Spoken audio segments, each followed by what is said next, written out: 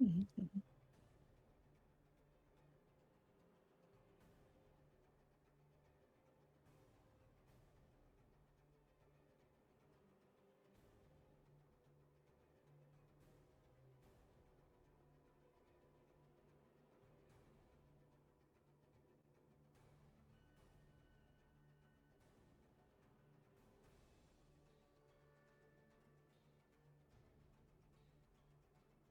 Mhm.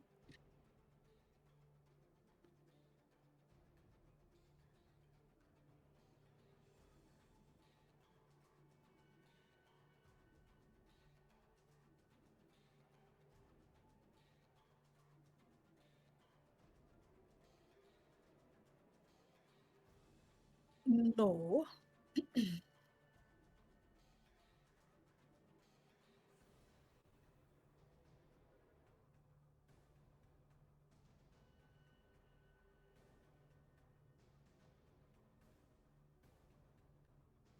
You?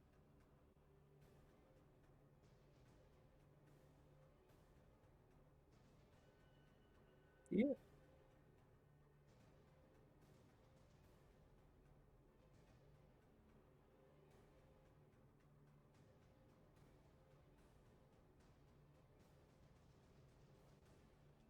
Okay. Um, Let me hold tab and get my bearings here. Okay. Yeah, I'm going for that shadow. Uh,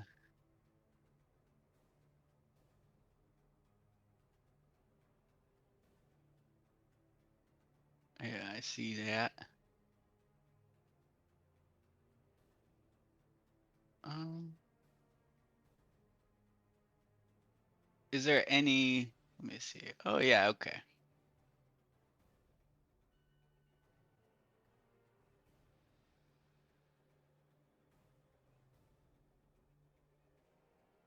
It should be 30. I'm going to blast him from here. Is that a disadvantage because of the proximity? Okay.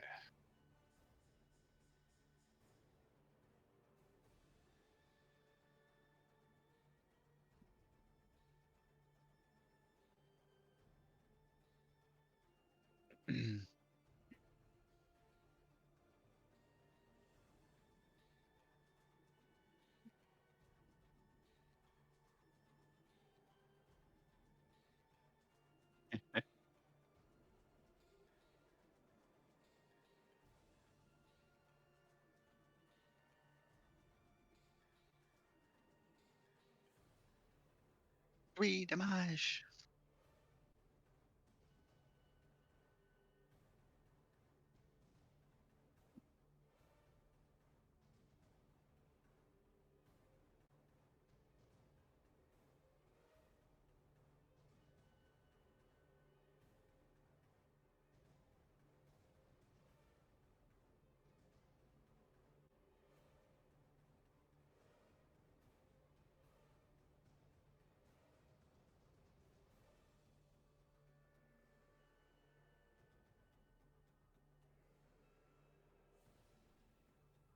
Mm.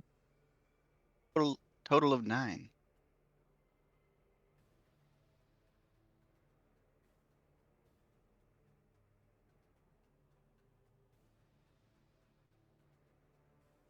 Hell yeah. Thank God. Uh, It was worrying me. I'm gonna go for a. He falls to his knees, and I stab my katana into the void that is his face.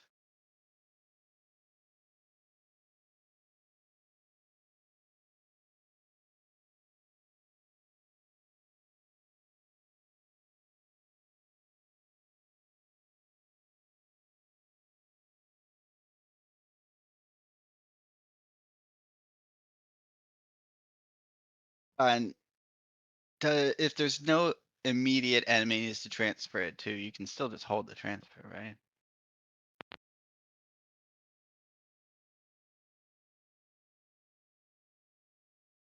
Yeah, I will transfer mine. And that is my turn. I'm ending it.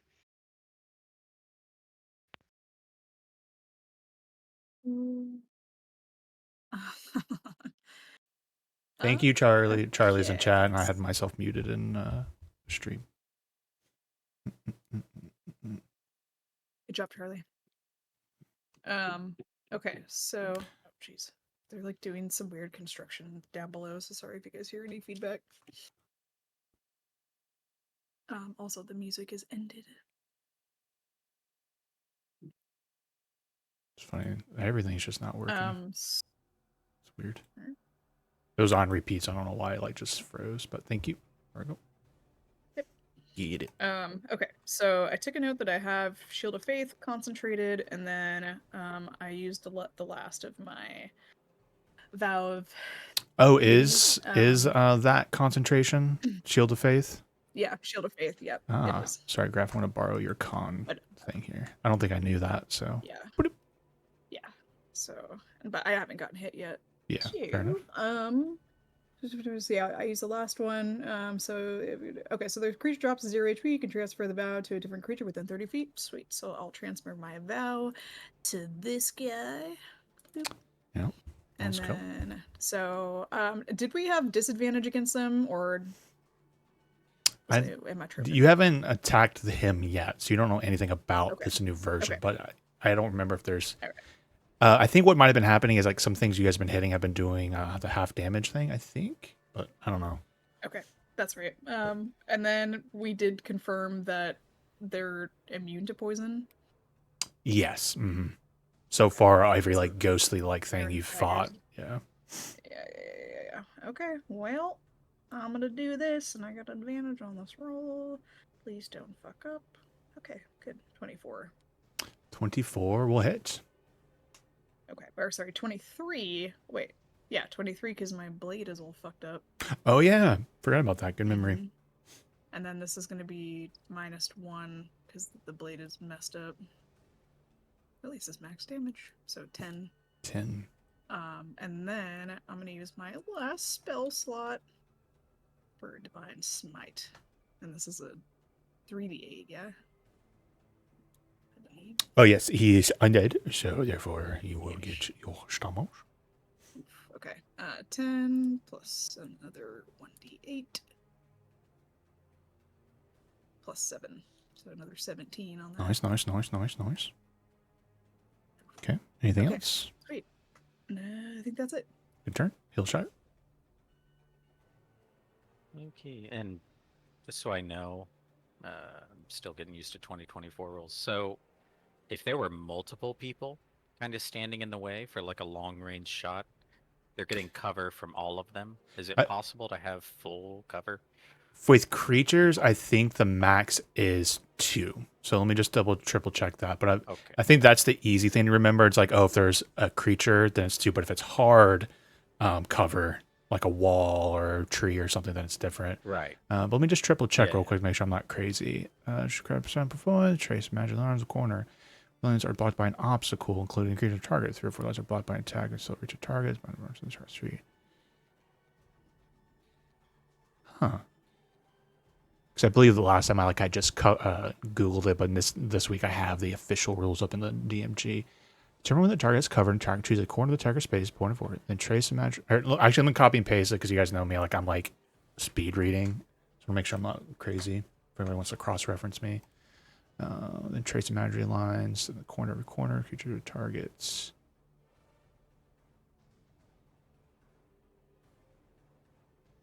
Oh, funny enough, this one doesn't necessarily distinguish between that. I wonder if that was...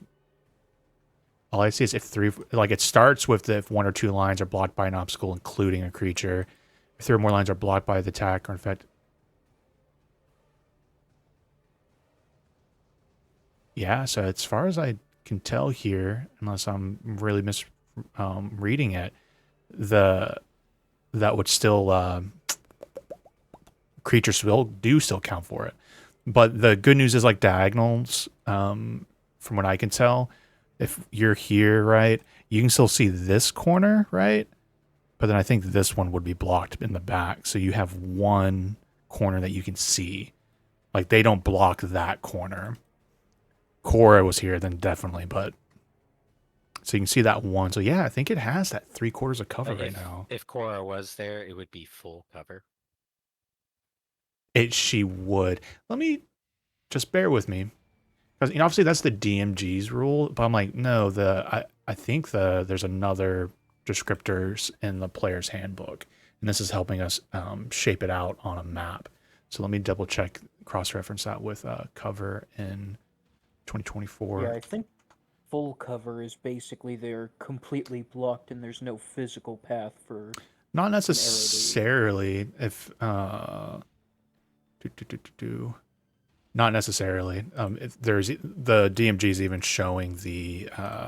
I'll post it in there for you so you have like the image. Oh, okay. I just say that because it's like, oh, if the target's behind an arrow slit, they've got 3/4 cover, even if it's all 4 corners are blocked. And it's like, well. Oh wait, sorry, full cover. My brain was hearing 3/4 cover. Anyway, let me focus for 1 second for myself. Okay, cover 2024.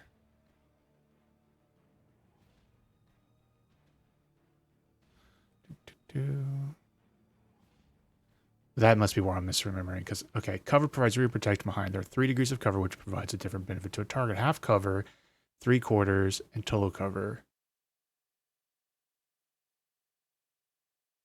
Okay, that definition doesn't seem to change anything of what we're talking about.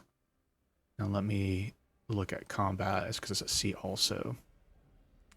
Oh yeah, this is what I had seen before. Yeah, so that's what it was. I think this is what I posted last time.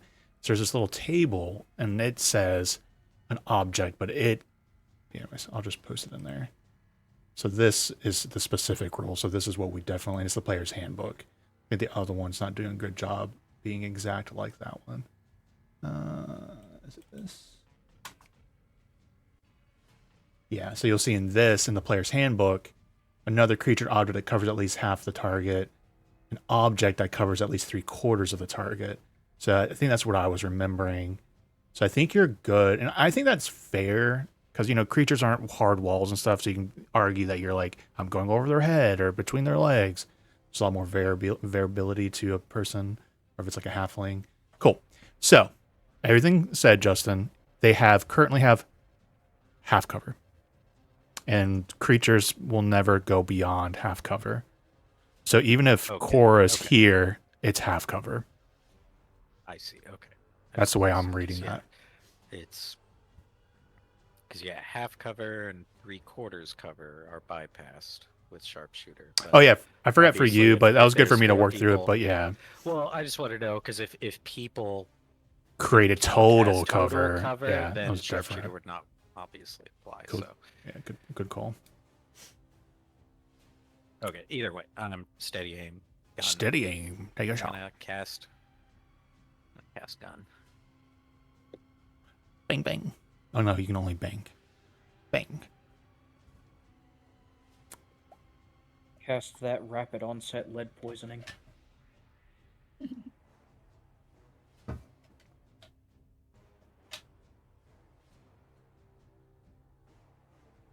$23 will hit. 23.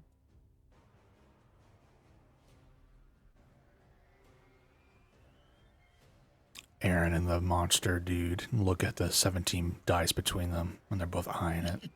Like, who's taking it? There's more. Huh. 19 All right, and 19 dagger. damage. I didn't say this for Cora, but her weapon damage was halved, so your stuff is halved completely. Okay. So that's 19 half to 8, rounded down. Is a 14 hit? A 14 would hit, but they are going to cast Shield as a reaction, turning that hit with their AC of 14. I mean, if you had it, right? So the 14 is from a hit turned to a miss. Okay. Oh, actually, no. Wait, no. Anyways, Hillshire has sharpshooter. Hillshire is going to start talking about fucking cover again. Blah, blah, blah, blah. Okay. Anything else? That will be it. Excellent. Graph. I was knocked down, and I get up. Wrong one. That's not fair. Graph. You just fell down on your own regard. Alright. Graph will. Actually, never mind. 5 feet. 10 feet. He's always gonna have half cover. Mhm. I forget if I have Hunter's Mark or if that was just You do. I had 2 markers. I'm sure yours is still well, up. if I have it on the dude. You didn't. I had Yeah. both markers on the because he hadn't really turned in yet. You guys were focusing the guy that was here. So this was your other hunter's marker. Well, Yep. Bloop. bonus action. There you go. And then, oh, I forgot to actually log into the D&D Beyond thingy. Okay, for a second there, the entire thing was just like, I'm pressing and holding to prove that I'm human. I fail to see how that proves that I am human. You It click. doesn't even prove that I'm alive, because in theory I could be dead and just holding that click mouse. But Rigor mortis. do. Yes. So main action. I shall short bow.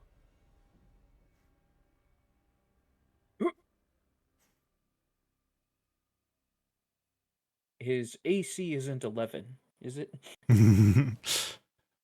To be fair, you don't subtract it. It'd be 15 was your target, but that was also before shield. So shield's much higher. So block off of that. Yep. Well. Whale's tails. End of turn. All right. I have to go on prone because that's just how I be.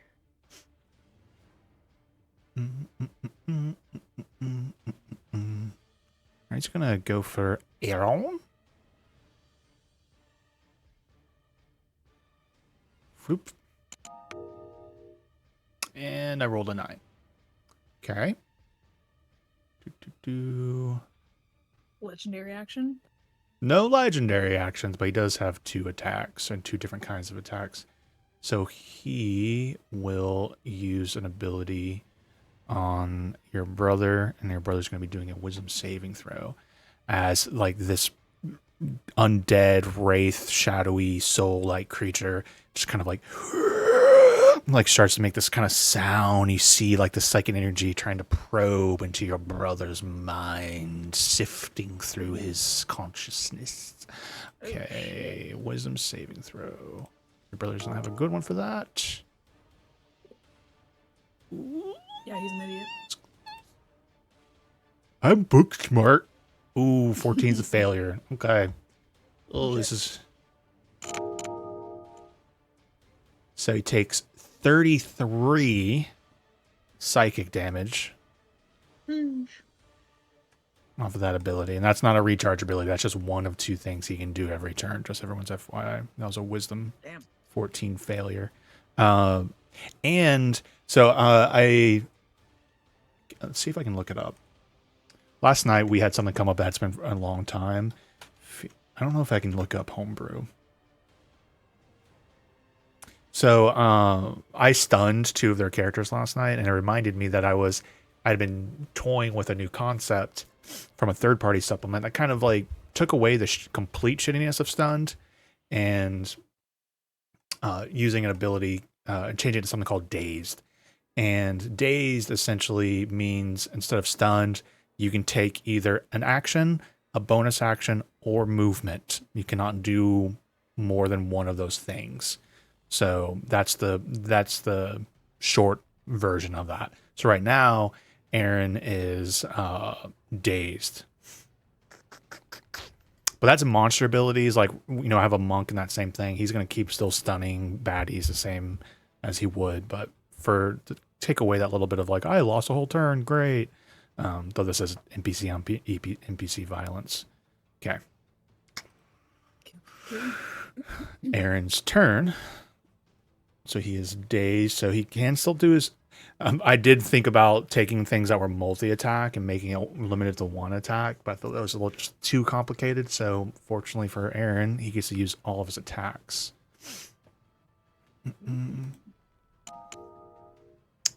17 would hit.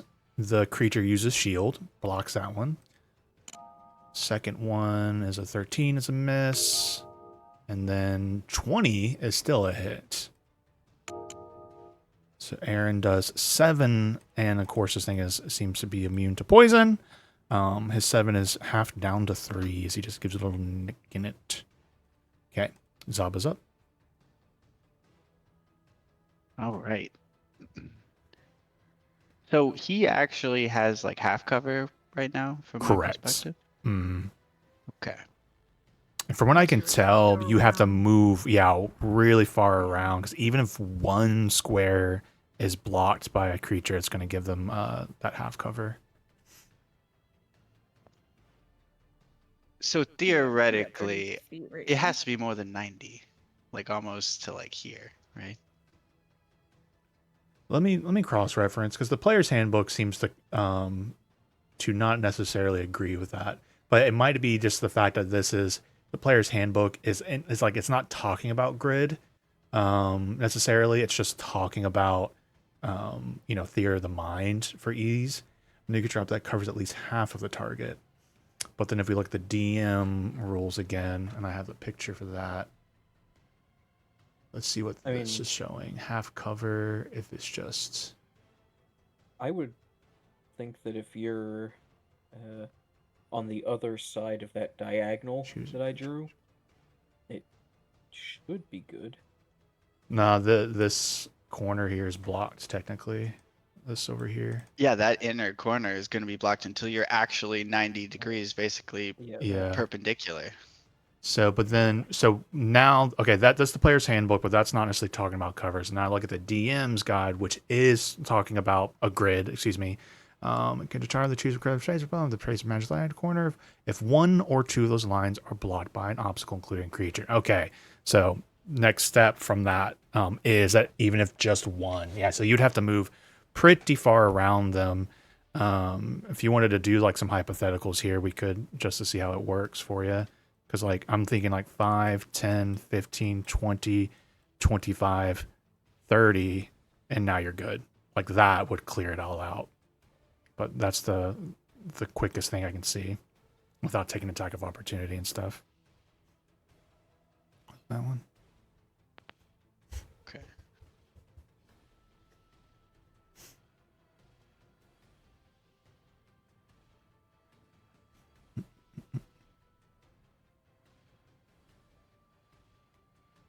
Mm-hmm.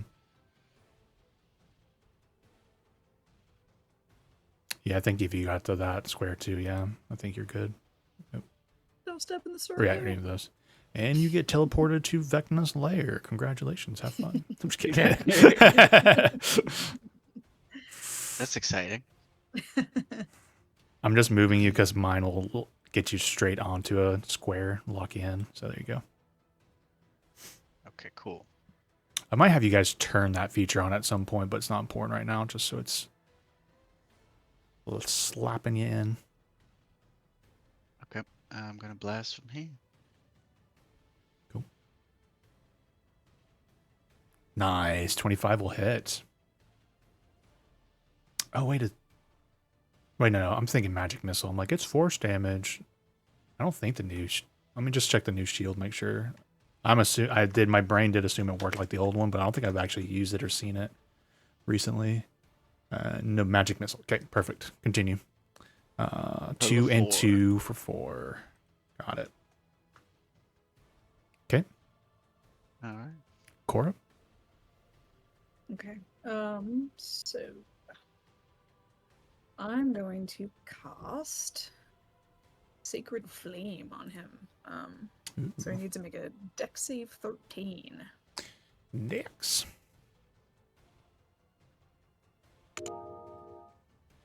Nat 20 on that save, unfortunately. At least it was on the save.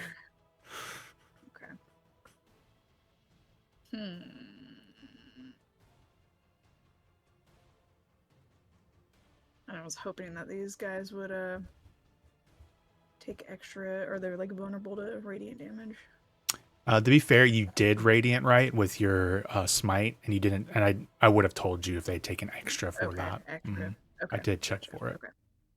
Okay. Well. I gotta touch. Is this okay within reach? Okay. Well. Hor's gonna lean over to her brother and she's gonna punch him in the arm and give him 7 HP from her lay on hands. All right, as he a rolls a bonus action. dex check. Ooh, he tries to slap your hand away, but you still heal him. Just kidding. Nice. How much healing? 7. 7. Excellent. He's at 68 out of 97. Perfect. Okay. Okay. Yeah. Oh, actually, let's see. I'm gonna move to this square here, and then kind of open that up for the other guys. Killshire. Right. I'm gonna steady aim, gun, dagger.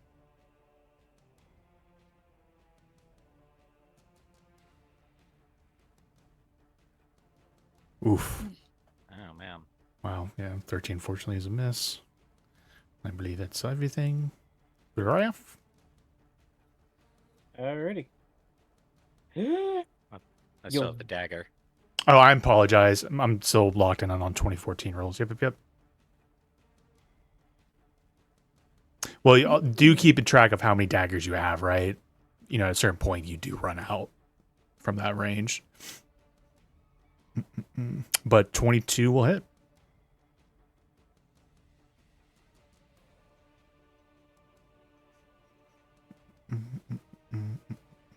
I don't know. What do you guys think? Let me ask your opinion. Like, I don't track arrows. Should I track daggers for someone going range? Like, it's like a hard rule that I usually follow. I guess maybe if they're magical, it would matter. I feel like for mundane maybe ones, I wouldn't magical, care. Or Yeah. if it's like a main thing that they use, probably not. I don't know. Yeah, actually, I think that's a clean answer. If it's a mundane dagger, I don't care. But if it's a magic one, then it's just like a magic arrow. We keep track. Okay, Alright, 4 and sneak Nice. attack is 10. excellent. All right, So- Graf. Half to 7. Yeah, I have to. Yep.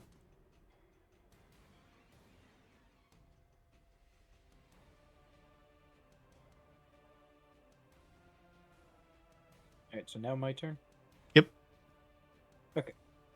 Get up. I use my 3 squares of movement.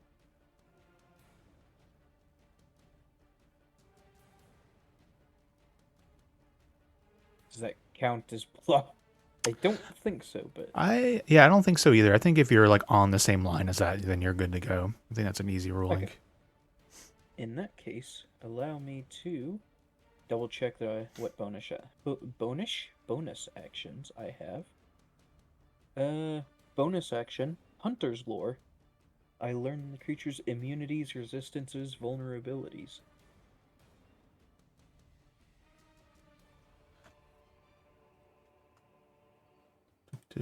Boop. Pretty much the same as the creature that you guys fought before. I'm pretty sure it's very similar. And then I shoot at him.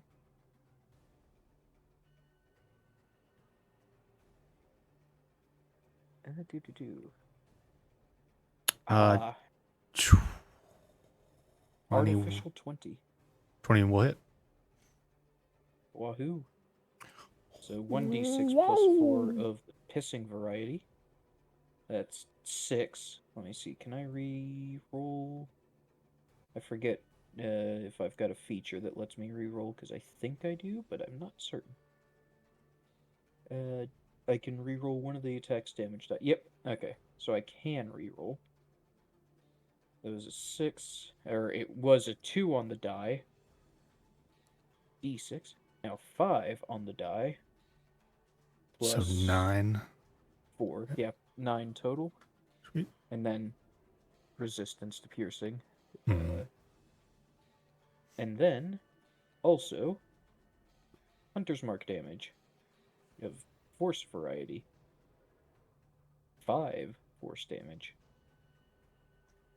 This is not that important, but it was very satisfying because I'm just like being way over the top of like cinematic angles of your attack, and you're like D6 like filled the screen as it came flying by me. Cinema. Excellent. Yep. And I'm not gonna go prone for once. Before I have to sneeze 1 second.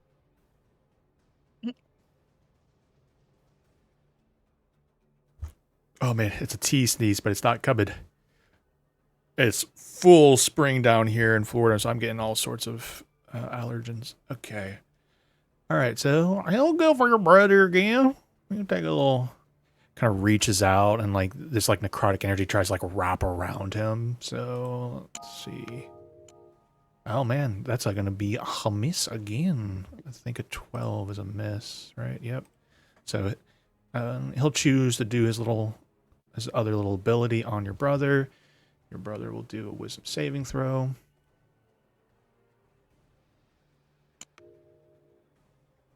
And your brother succeeds, so he'll take half damage. Half damage.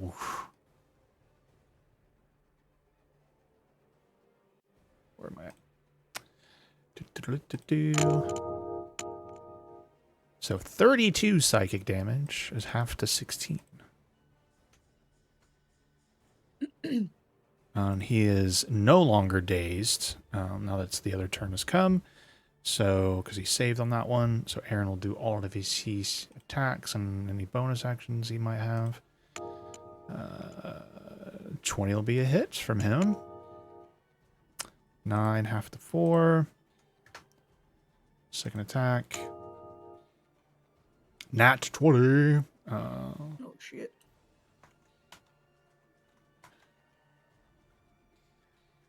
So 14, half to 7. And then his last attack. 17.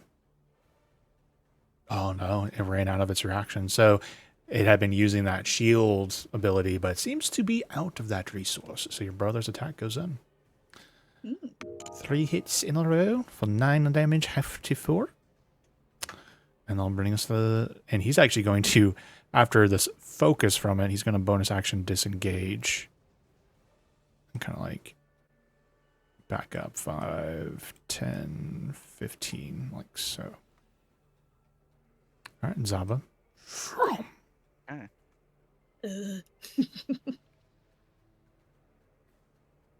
I'm going to take a couple steps back.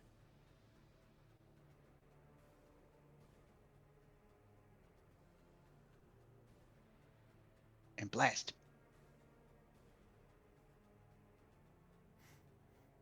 Oof, 10 is a miss. I will not be doing any blasting. All right. Cora's turn. Yay. Since he's having all this damage, I guess I'm just gonna go with Sacred Flame again. For 13 deck save. 7 total. Oh, yay. Excuse me. Damn it. It was almost an 8. 3. 3. All right. Anything else? Don't think so. Boo. Nope. That's it. Hillshire.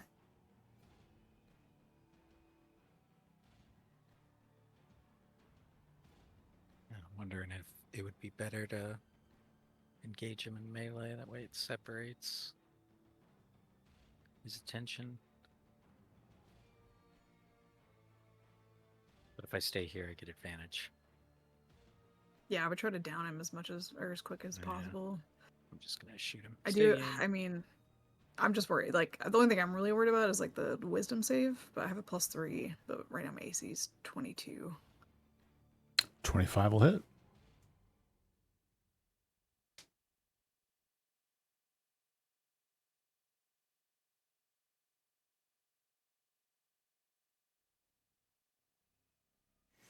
9.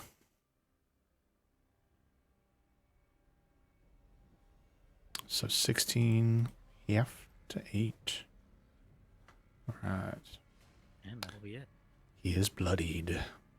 Or, wait, I'm sorry. A dagger. Daggers don't count for throwing? Yeah, I made my ruling. I think mundane daggers, I'm fine just being like an infinite reef source. But if it's a magical dagger, it'd be different. So you're good. Yeah, you're good. But just for you to know, if you get like a better dagger, also it'll be enforced. Yeah. But then your backup daggers could always be the normal mundane ones. Okay, 26. That rolled with advantage. I don't think it should have, but 8. I think it's Nick from, or not Nick, Vex from the pistol. Oh, cool. When you hit, you gave yourself advantage. Cool. You got 26 hits. All right, another 3 to go to 1, but every little bit counts. Yeah. And then, okay, that's it. All right, Graf. All right, I need to triple check if I have anything I can do with the bonus action at this point that's useful, specifically. I could cast the jump spell. No. And you Gonna- jump off the board. Bye. Gonna shoot my short bow. And Vex gives me advantage, so artificial 20. 10 for 20 hits. That's a 3 plus 4 equals 7. I'm gonna re-roll that. 4 plus 4 is 8. Hooray, I got 1 extra damage. Good. And he's resistant to that, but not to the force damage of Hunter's Mark. Which is 3 force damage. Yes. All right. And now that nobody's in the way, Graf will back up. Just 1 spot. Where's everyone backing up? Well, I can't exactly engage him in fisticuffs now, can I? It's fine. I'm having way too much doing cinematic views. I'm like zoomed in on the Wraith and Core right now. All right. So it is going to try and hit you with his necroticness. Just reaches out. Good roll. 24 to hit. Bad hits. All right. So the first half of this is 8 slashing damage. Second half of this is 11 psychic damage. And you are restrained. Perfect. I love being restrained. So that was its first. Yeah. It'll then, as it's like holding on to you, even though it would give advantage on its next attack, I think it's going to go a little bit bigger here and try and probe your mind and create some psychic discomfort. I'd like you to make a wisdom saving throw for me. Oh boy. Oh boy. Oh Jesus H. Like, give yourself heroic inspiration if you don't got it.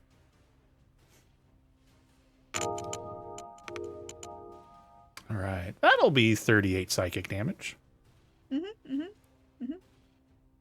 And you have the dazed condition if you're still up. That don't matter because not up.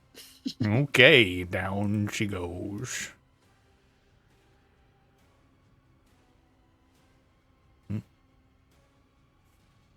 Okay.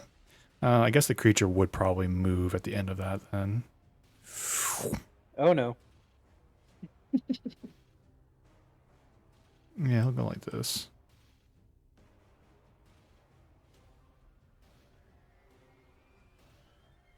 All right.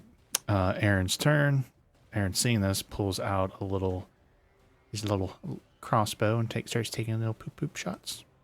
Pew, pew. 15 hits. 2 damage total after the haft. 25's a hit. 12 half to 6. And then his third attack. 15 hits. 8 damage. Alright.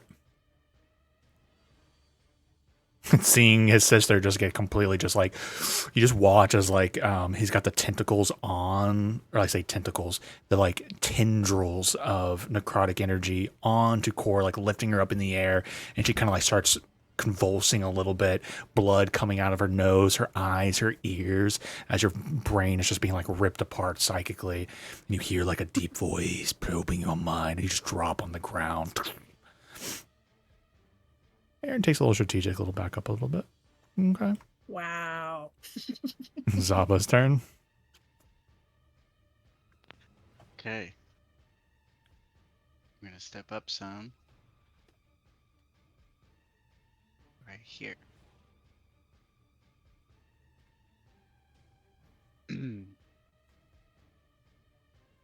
Cast Eldritch Blast. 17 will hit. 18.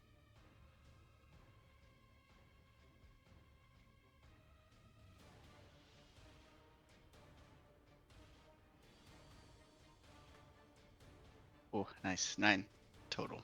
Cool, cool, cool, cool, cool. Chipping, chipping, chipping. Anything else? That's gonna be it. All right. Cora's turn. Death saving throw for me, please. Nat 20. Let's go. Let's see it. All right. At least it's a save. Okay. Hillshire.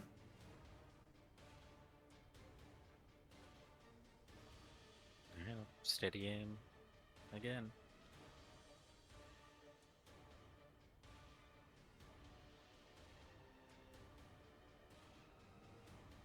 $22 will hit.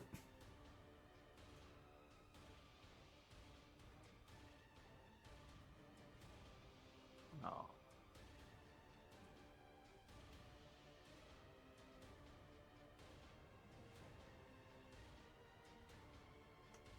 Okay.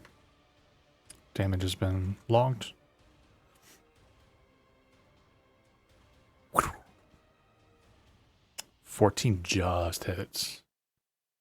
Fortunately, you're... Well, 17 doesn't matter. Oh, excuse me, 17. I don't know why my brain assumed disadvantage. Okay. Another one. Every little bit matters. All right. Scaraf. That's it. You better get him, Graf. Before he gets you. Drop my short bow, grab my sickle, and start swinging. Which I hit him last turn with my short bow, so I think that still gives me advantage on the attack roll. I believe Is it so. Vex? Yeah, I think it's just your next attack. I don't think it has to be the same weapon. Oh yeah, I mean, I'd got something from my newbie group on Sunday, and it's kind of good at applying for all of us because it has like what's a little bit different from 2024, when 2014 like a little bit different, but then also just list all the weapon masteries on it.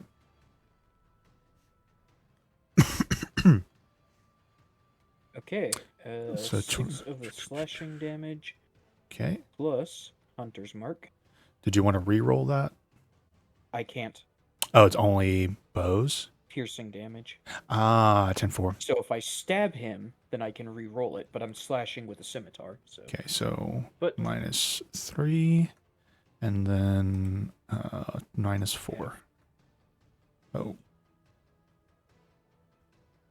And then next turn is going to be where it starts getting interesting, because Hunter's Mark does not say once per turn when you hit. It just says when you hit with an attack roll. And I have a scimitar for my offhand. So, give me 1 second. I fucked up their HP, so I'm like, okay, I'm pretty sure you had this much, and then you just hit them, and then, all right, something's glitching out on it. I need to do this opposite now. The style that was doing this is not working, so let's do this, and then I'm going to start adding to see if that fixes it. Okay, so that was 3, so total 7. Okay, all right. So what's your what are we thinking? Next What were we turn, I saying? can just pull my scimitar out and offhand swing, because Hunter's Mark does not apply to the first attack or first hit of a turn. It applies to just whenever you hit and deal damage. Yeah. So. Oh yeah. So every hit that you make, is yeah. Yep. So theoretically, I can do 2d6 force damage in a turn. Yeah. Let's see if you survive. I say that with love. I mean, you guys see you can hit hard. Here we go. Nat 1 on his first swing. And you dodge underneath it. And seeing that, then he'll reach out with this this kind of psychic mind probing ability. I need you to make a wisdom saving throw. Well, I have advantage because I'm a gnome. Yas. Abilities and saves. Wisdom save. Advantage.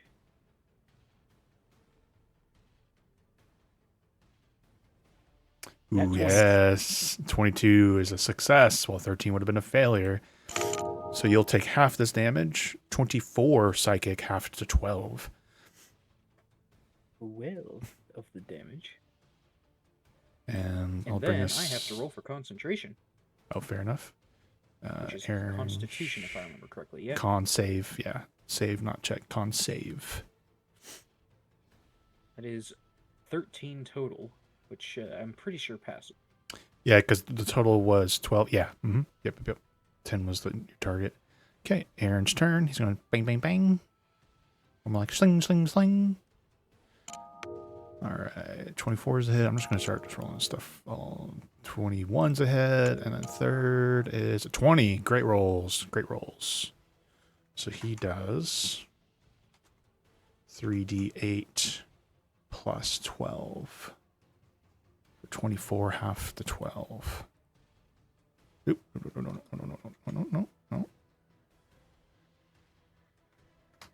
Okay.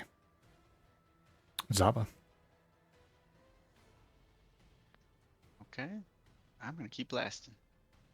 Good issue. Oh, Nice. nat 20. Ooh, yes. So your first Eldritch Blast will be max. So what is that, a D8? D10? What is Eldritch Blast normally? It's a D10. So 10 damage, and then it's going to roll another, or hit Eldritch Blast, and then we'll add something onto the 10, whatever that roll is. I don't think it'll auto roll it at 2 dice. Oof. 11. At least it's max, or good old max damage. And then Hunter's Mark. Oh yeah, Hunter's Mark is double too. So roll Oh. another. Yeah, roll another d6. That one of those is not max, but go ahead and roll another one. Nice. Three, so. Oops. 16, I guess. We'll take it. Still up. Anything else? That's all for me. Oops. Cora does saving throw. God damn it. 1-1. Hillshire's up. All right, same as last time.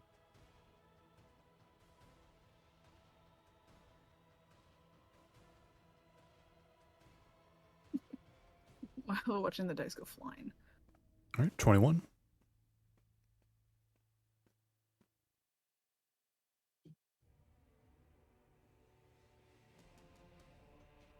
Nice. Is that 5? Mm-hmm. Ooh. Mm-hmm. Get the snake. Okay, so currently at 6 total. And then another 4, so Another 10.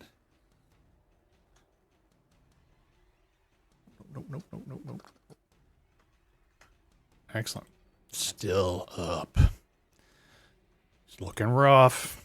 Graph is up. All right. Do it, Graph. Flash 1 with a sickle. That's a 14 to hit. Mm-hmm. Ooh. That do 7 of the slash and 3 of force. How do you want to finish it? Nice. I just imagine it's lashing out at Graf with those tendrils of psionic energy. And Graf just like starts bushwhacking that shit. Like that sickle is machete and he's just going through the jungle. And then he just ends up running out of tendrils to hit, so he just starts hitting the creature. Love it. Just because Cora is down, we are still in initiative, so still your turn. Alright. I have movement. 1, 2, 3. He puts the hunter's mark on her and finishes her off. 4. Oh wow, Hunter's Mark is so OP that just casting it on someone kills them. Man. Oh, I'm just saying you're prepping for it.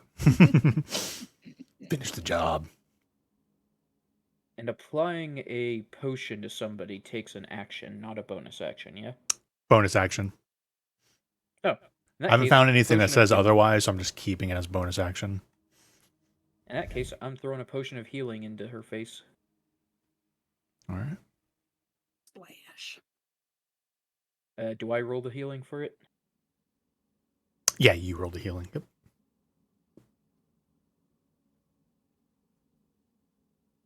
5 HP. 5 HP. Vamos. So Graf is like sitting over here like that ritual. It's like so glowing, and the essence of what Graf killed begins to kind of like pool across the ground very subtly and like kind of in cinematically. And Cora, you just see him kind of standing over you, bringing you back to consciousness. But you watch that last little bit of shadowy energy pulls into the circle itself and begins to coalesce from all the runes, all the lines in the floor. Shadow begins to kind of rise up out of it and coalescing into a shape. What you see is a skull, emaciated, skinned hot, one glowing green eye, and this shadowy skull begins to look across, and you guys immediately just feel a probe of energy and mind and power pushing into everyone. And you watch as the shadow that was the last person killed like finishes being coalesced into it, into him.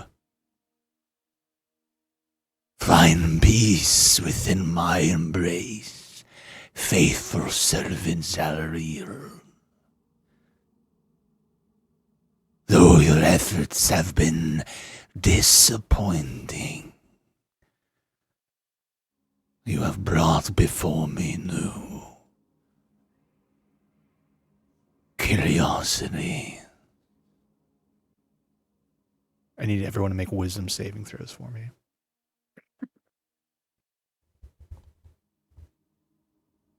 Hooray for advantage. Boo! What did I get? A 12? Oh god, I'm using my inspiration. Come on, baby. God damn.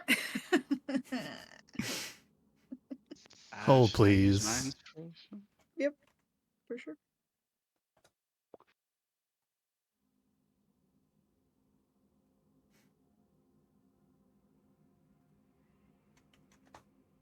Let me find out what kind of save Vecna has.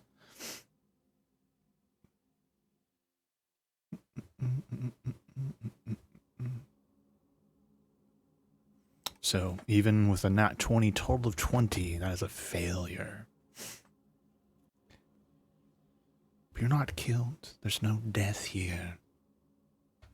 Instead, you feel locked in place, a presence pushing through your minds, sifting through who you are, digging for secrets.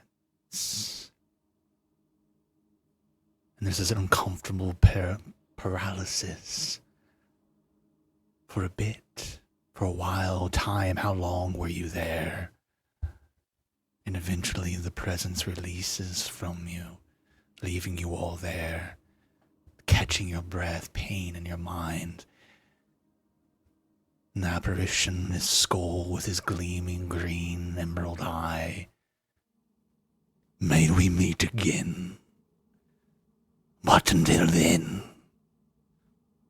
I have my eye on you. And it's gone. I need everyone to roll a d6 for me.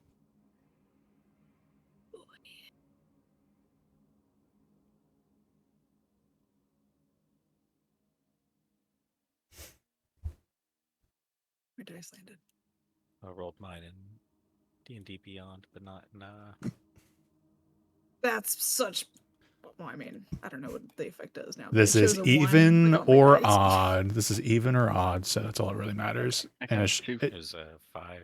two sides to a different coin. So This is the first charm. And then this is the second one. I'm putting it into the Dragon Heist chat. Which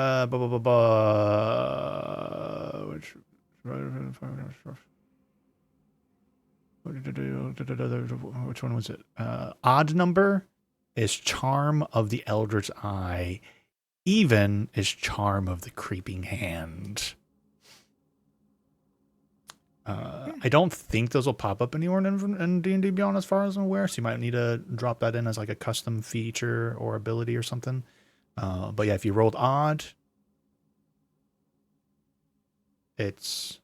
Wait, did I say that right? No, sorry, sorry, my brain has been so fried this week. The Charm of the Creeping Hand is the odd one. Charm of the Eldritch Eye is the even. So if you rolled odd, Creeping Hand. If you rolled even, Eldritch Eye. Sorry. 5 times. Oh boy. This is weird. This is a weird gift.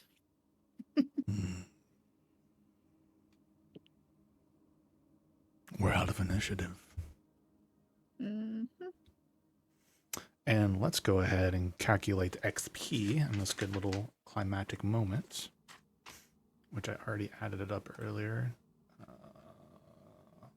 Yeah. So the total so far that you've gotten since the last time you've allocated and pretty much everything you fought down here was a total of 8,175 XP, bringing everyone's share divided by 5 because of Aaron to 1,635 XP. 1635. 1635. Ooh, that levels us up to 5. Yay! Yeah, so I kind of mentioned before, you should be able to level up and gain those new abilities and features, but don't hit long rest, and it'll just, you got new resources and stuff, which I'm totally fine with, but do not long rest. But you do get your new abilities and such.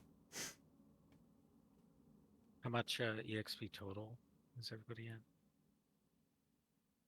Mine is at 7750. Yep, same. Same.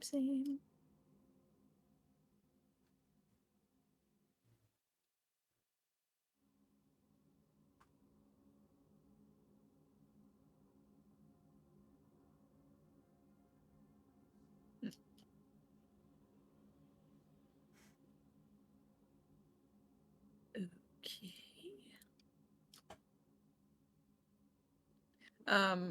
What would you recommend for like the Charm of the Creeping Eye, of like how to keep track of that in D&D Beyond?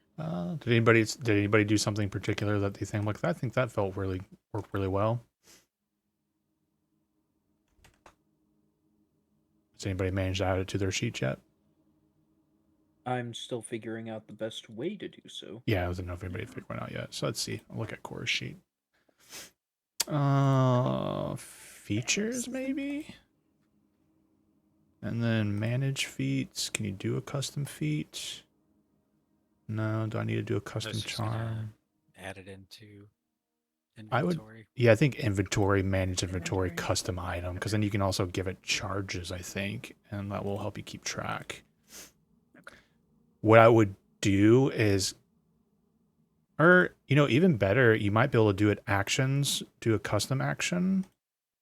That's what I was trying to do. Oh, actions are really weird. I think I suggest a item, even though putting in the action stuff, because my workarounds to give people like rollable stuff in actions is very complicated. Okay. So if I did this, add custom item, let's just say charm.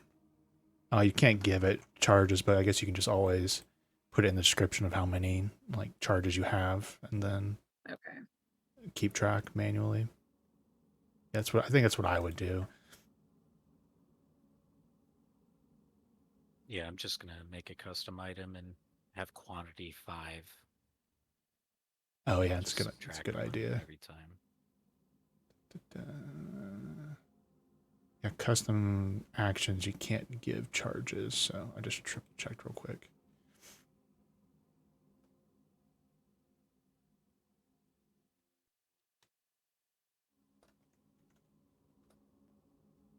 No biggie, you guys just met Vecna. Yeah. I've never Cool, met cool, him before. cool, cool, Seems cool, like a nice guy. Cool, He gave us gifts. Mm-hmm. Is he kind of a big deal? Kind of a big deal. I'll just do like an above table thing, right? When we started the campaign, we discussed the possibility of doing Eve of Vecna, high level, post Waterdeep maybe adventure. This is just we're not jumping into that. I don't want someone to think like, oh, we just started the Vecna adventure. That's just a little seed, a little teaser. Maybe spoiler alert, maybe it'll come back up later.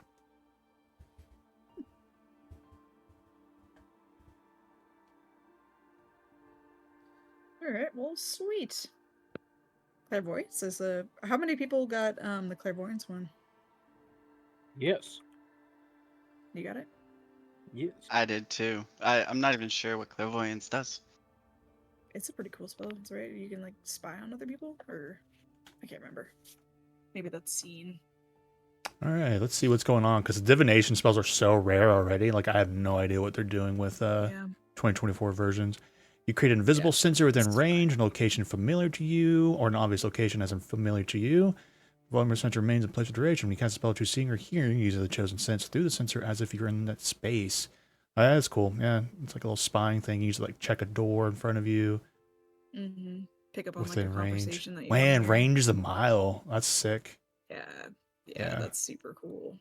That's like that can come in handy for sure. If you want to like infiltrate somewhere and eavesdrop on a conversation or something. I guess the key thing, remember, like invisible certain things can see invisibility. In that Yeah, case, it would see the absolutely. sensor. Yeah. Okay, as a bonus action, you can switch Oh, it says between at the seeing bottom. and That's hearing. Cool. Nice. I remember those in Baldur's Gate. They were a pain in my ass, the little eyeballs. 10 minutes casting time. So it's not really a combat thing, but it could be a sit down dungeon turn. But Get going. you can cast clairvoyance as an action. Wait, no. Yeah. That's It's the part of the feat. I can't remember what I read. Something that's tickling my brain. I feel like I did a deep dive in a lot of forum discussions on 2024. There was something that like, oh, it's the new cleric channel divinity, right? So it says something very similar. It's like or divine intervention, I think is the feature. Because instead of the whole like roll a D100 and roll below whatever, essentially it's like as an action, you can do divine intervention and cast quote unquote any of these cleric spells. It's like, and I called it a baby wish as an action. And it was very interesting discussions about it, right?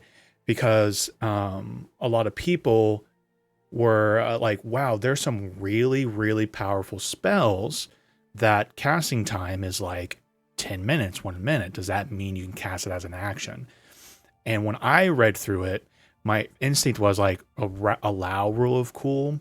But the more you looked into it, I'm like, I don't think that's the intent of that feature because it was so broken. I think the intent between, and like this is the way I'm ruling these kind of things. I think the wording could be better, but the action allows you to cast it at all, and then you do the normal thing. Because it's almost verbatim the kind of same thing. Because it's like, as a magic action, you cast any of the cleric spells as an action, and literally, there's too many things that would be just broken in concept if you allowed it to be just an action to do some of these high level things, right? Clairvoyance is not necessarily that game breaking, but I'm just gonna let you know that's how I would rule it, because that's the conclusion I came to for the divine intervention, unfortunately. So I see I see what you're saying. Just don't think I'm like ignoring it, but I literally thought a similar thing, and I've done a ton of research. I've seen the arguments for it, and that's where I ended up. There hasn't been with 2024 being released, no one's really done a sage advice or rule clarification on it. So that's what I'm sticking with at the moment. Yeah, so you can cast it, but it's like, to me, it's allowing you to begin casting it using it as an action. Maybe this one was supposed to be different, right? Maybe it was some intent is for it to just happen as an action, but that's how I'm going to rule it because it just fits with my interpretation of that other ability. Oh my god, level 5. Thank God.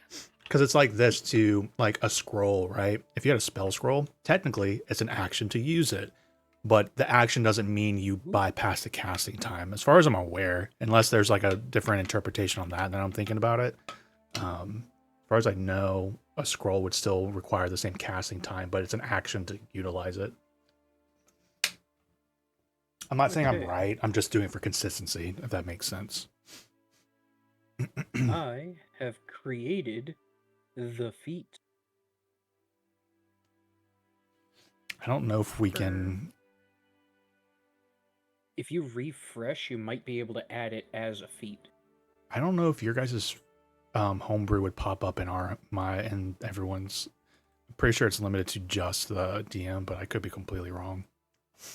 If I hit the share with community button, it does say that like other people in your campaigns. Oh.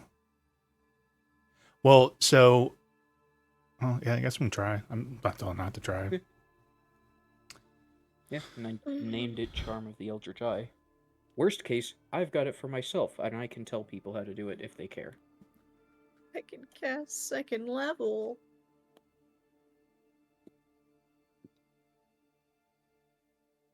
Oh yeah, I do see it. Know. So people could add it as a feat if they want. So it's up there. You guys want to see it. I do see it. I used core as an example. I found it in there. It's good to know. Yeah, it just has the uses built in is the main reason I'm doing it that way. Mm-hmm.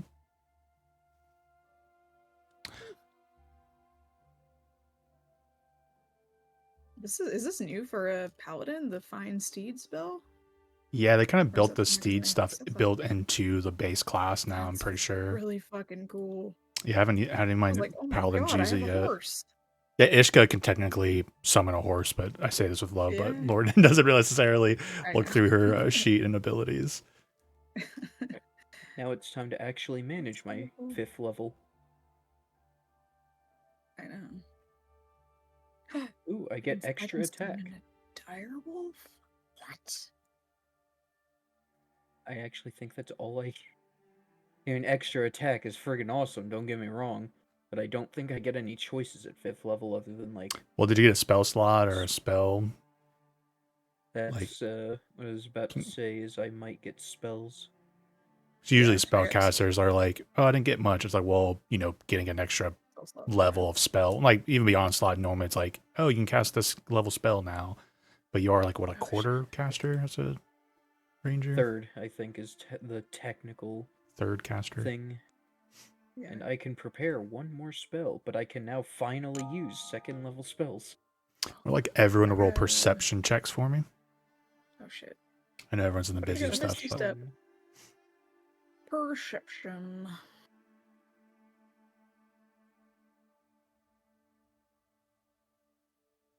$26. 16. 18. Zama, did you roll? I don't think so. Hey. I just crit failed. Yeah. Give yourself a heroic inspiration. Aaron rolled a 27 on his stealth check, and he is gone. You do turn around and Fucker. notice he is Oh. missing. Damn. Son of a bitch. Well, kind of expected that. You guys are looking through your manuals of stuff. You're like, oh man, look what I got. And he's just like used the opportunity to slip away. That's fine. I just healed you and everything. It's fine. I wonder if we can clairvoyance our way into finding him. That's so funny. That's fine. That's fine. I'm too busy looking at my new spells. Fuck my brother. Let's go. I got hold person now. That's weird. Okay, so it just adds in your like paladin subclass spells that you automatically get. Yeah. Nice. Thank God I have Misty Step. Would die if I didn't have Misty Step. Yeah, you've seen like if anything, Misty Step is even stronger. With you guys have seen some of you like how often things just auto grapple now. It's like I feel like you're going to be grappled and restrained much more often. So like Misty Step got that much better. It's ridiculous. Ooh, yeah. But teleporting around, one of the new Unearthed Arcanas there, I think it was the Artificer. They essentially like, yeah, the design behind it concept is kind of like a loop jumper, like teleporting all over the fucking battlefield. So I'm like, that sounds cool. I like the sound of That's that. cool. Oh, magic weapon. Ooh. I almost was going to recommend, so one thing to keep in mind with Eldritch Blast, it's a weird cantrip. Sure, it's still the same, but you get to now shoot it 2 times at level 5. Even without agonizing. Even without it. So you can definitely shoot it twice, right? You can create 2 beams at level 5.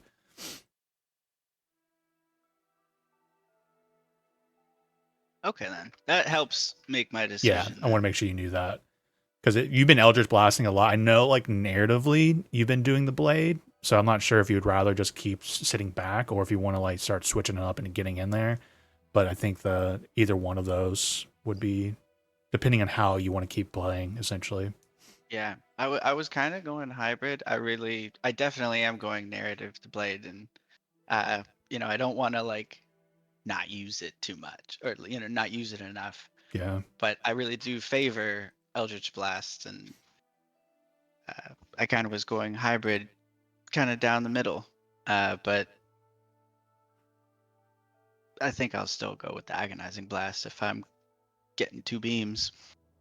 The only other thing I would say, I'm sorry, this is for you to sway you, but Core's been the one tank for your 4, so you being off tank could help take the pressure off of her. But you guys have been surviving, and I don't know if Lauren even cares or has an opinion on that. But since the other ones are rangers, and I guess you all can kind of off tank if the moment comes up to it. Seems like you guys wait until Core gets in danger and then somebody braves it up, but. Well, I took the tough starting feat, so I have like 48 HP now. Nice. 12 more than I was at last level. I don't know how much I got this level.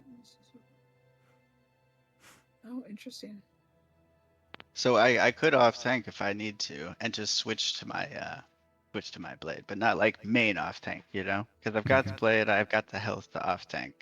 But I think, yeah. The one where I can attack with my packed weapon twice is probably not as good as the Agonizing Blast. Yeah, it does depend where you put your stats too, right? So, like if your stats are more in charisma than strength or dex or whatever, I can't remember if they've combined, because Hexblade doesn't exist anymore in this 2024 technically. I'm picking at your character sheet because I'm curious how that's playing out.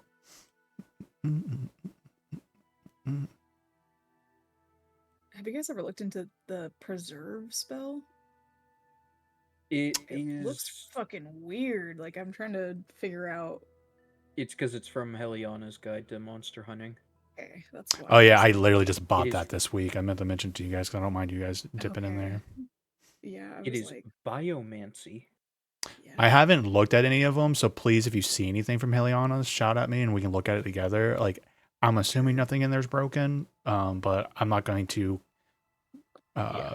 be super confident. Like, I don't know how much D&D Beyond or Wizards, I don't think is necessarily balance checking even third party content, right?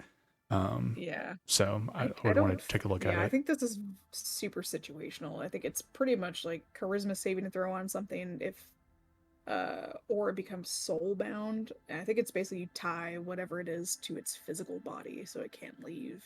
Mhm. Something like that. And also something about harvesting it. I have no idea. No idea.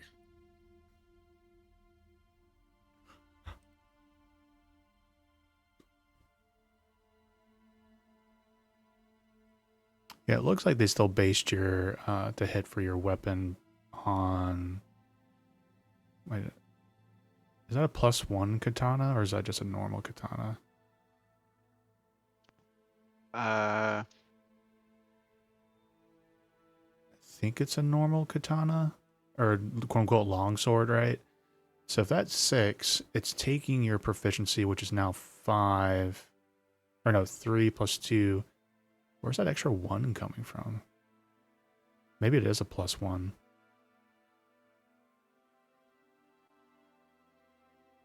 That's one thing to keep in mind too. from it being my Weapons. pack weapon.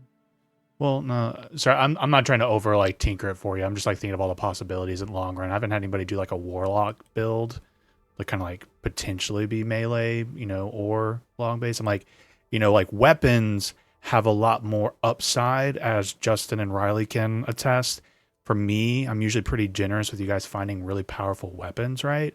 So like your katana becoming a weapon that does extra 2d6 fire damage every time it hits, something like that is very possible down the road. Compared to a spell like Eldritch Blast, down the line, it will probably, there's no magic items that's going to make Eldritch Blast suddenly do extra damage. I can't think of one time magic items affected spells like that. So that's one thing I'd keep in mind, because I am pretty generous with weapons and give me opportunities to find them. But maybe that balances out, right? Eldritch Blast is Agonizing Blast, but now my sword +2 sword with an extra d6 fire damage sounds kind of fun. And so now I can switch it up with whatever I'm feeling and feel confident both directions. Yeah, I like Yeah. that. Yeah. Boom, boom, boom.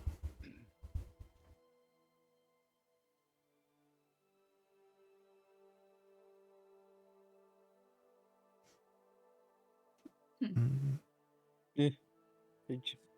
I love find traps as a second level spell. That's just, yeah, there are traps here. Yeah, the old Find Traps was terrible. The new one is still just, you just know if there are traps in the area and vaguely what they are. Not where they Yeah. are, just what they are, kind of. So if there's a pitfall trap, you get, you feel like you are at a risk of falling. Mm-hmm. That's so situational. I can't think of anybody who would be, even if you're doing a pure dungeon crawl, if anything, that makes it even less valuable. I'm like, do you know how many rooms I have to go through? And I'm going to be looking for traps. You know Like, what's I'm going to funny keep that is spell slot. Tomb of Annihilation specifically says that it's like detect traps and magic like that doesn't work. Oh, inside of really? Tomb Oh of the my Nine Gods. gosh. So funny. Yeah, it's like inside of Tomb of the Nine Gods, and it's like that's like the only time where you would want a spell like that, and Mm-hmm. the only time I can think of where you might want to use a spell like that. And in the guide, it just straight up says that, oh, the Tomb of the Nine Gods, there's a whole list of spells that just don't work inside of the dungeon. Yeah, the teleportation ones always make sense because it just kind of like breaks the feel of a dungeon. People can just start bouncing around everywhere. Mad Mage is the same. Yeah, because you have to bitch a door by the time you get there. But I that just makes dimension sense. door down to the next level. It's like that just takes all the point of a dungeon crawl at any level out the window. What is I there's got that locked in the room. I dimension door up. and out Yeah. of the dungeon. Well, funny entirely. enough, I think Dimension Door would still work to an extent, but I think it's like the big teleportations, like plane shifts, teleportation in and out of the dungeon. It depends on the dungeon, I guess, and what you're trying to do. Like going think into it is usually like definitely no. Yeah, I think it specifically says trying to dimension door out of the dungeon or trying to Mhm. dimension door into it. Like you could dimension door between two spots within the dungeon, I think. I guess you could not- try and go below, yeah, like the next level and stuff. Yeah. That'd be crazy.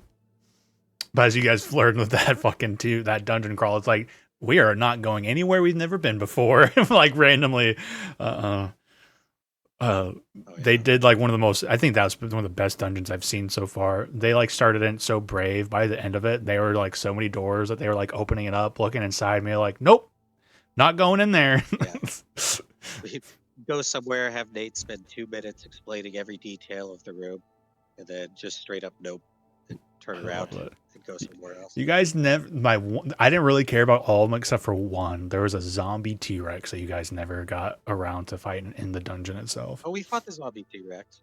In the dungeon? We fought the one on the surface, not in the Yeah. dungeon. Oh, yeah, we didn't fight one in the dungeon. If I We did. remember correct, there was one in the dungeon. You guys didn't.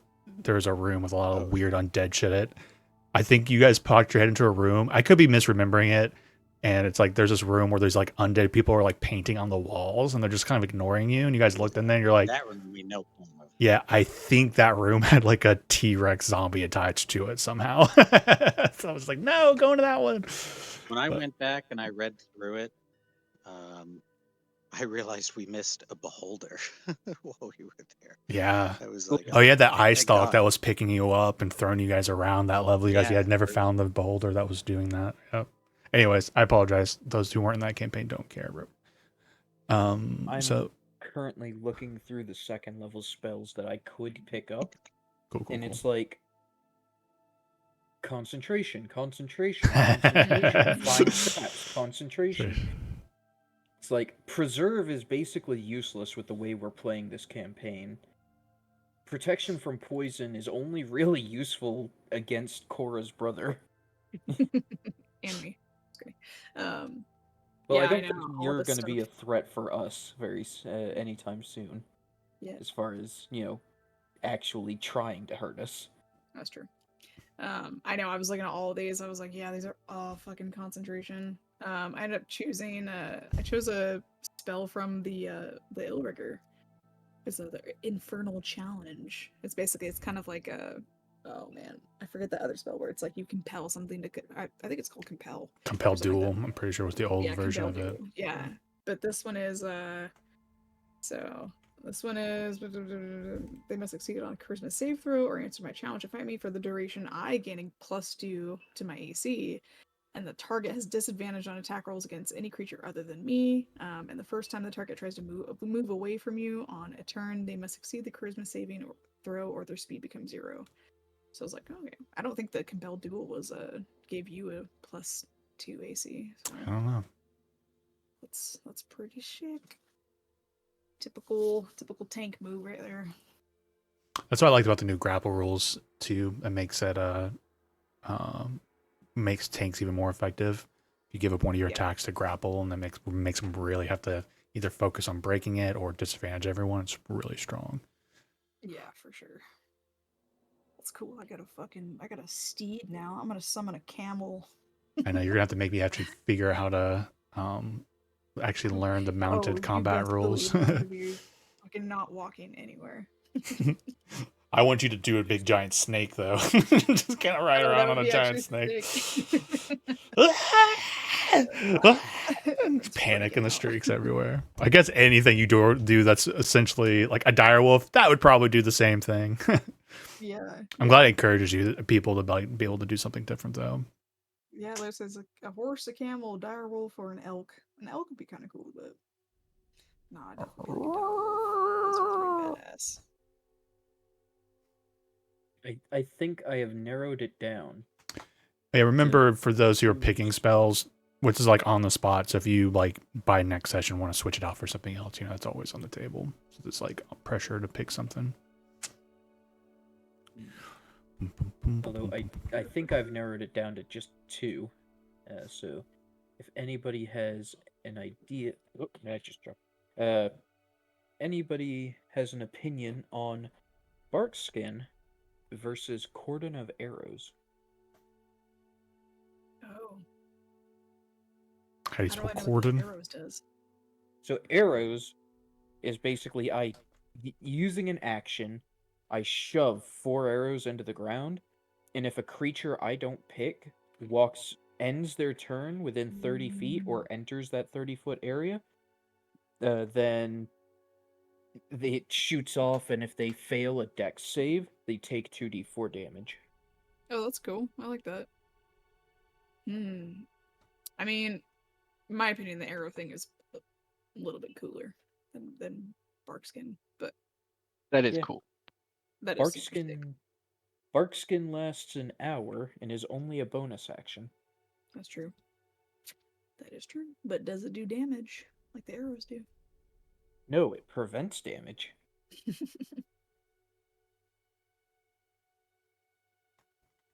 You're not going to save the world by preventing damage, son.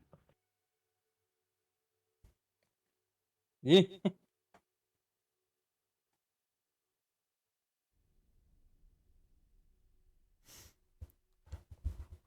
I had to disconnect my. I actually had to disconnect my Discord in D&D Beyond because literally it was glitching out. I couldn't get it to stop sending me those rolls last week. It was just non-stop all day long, just sending me the same rolls over and over. But I guess try reconnecting and see what happens. Well, I just did the Thank thing, you. so. I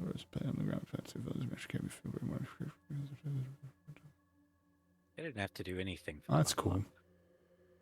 I bet your sneak attack went up though. Yeah, yeah. I got sneak attack and cunning strike, which I had never heard of until I read it, Yeah. Oh, and also uncanny dodge, which that'll come in handy. those are all great. Yes. Man, we were talking with my rogues, so they hit level 14. That's the ability, right, where you can take your sneak attack and do different effects with it, right? Right, Justin? Yeah, yeah. You use like a D6, and you kind of spend it in order to get an additional effect. The level 14 version of that is wild. Knockout, 6d6. The target must succeed on a con save, or it has the unconscious condition for 1 minute, or until it takes any damage. Oh, it does say until it takes any damage. Last night we had talked about it for a second, and I was like, what happens if it just goes down? Okay. I thought it was just, it goes down for a minute, and I was like, what happens, guys? Like, do they just stay down? You guys beat the shit out of them? Okay, that's much more balanced. I thought it was just knock them out for a minute, and it just didn't make sense in my brain, and okay, it didn't, so. But still, you could literally go up and knock somebody if you, with the right save for a minute, create some room for your party. It's a super targeted sleep. Yeah, right. Or like any of the spells where it's like, I banished him for a minute. We got a minute to prep, heal, and prepare, But it's like a rogue being able to do it with their sneak attack. Con saves are already tricky, though, right? At level 14, everything you fight usually has decent con saves, at least bosses. But they're really cool, but I haven't really seen anybody really use them too much, which is a little disappointing. But I'll see if it'd be fun to see if you pick any fun synergy out of it. Interesting. Also, Right, it's what I wanted for this character, is not to have to do anything every time I level up.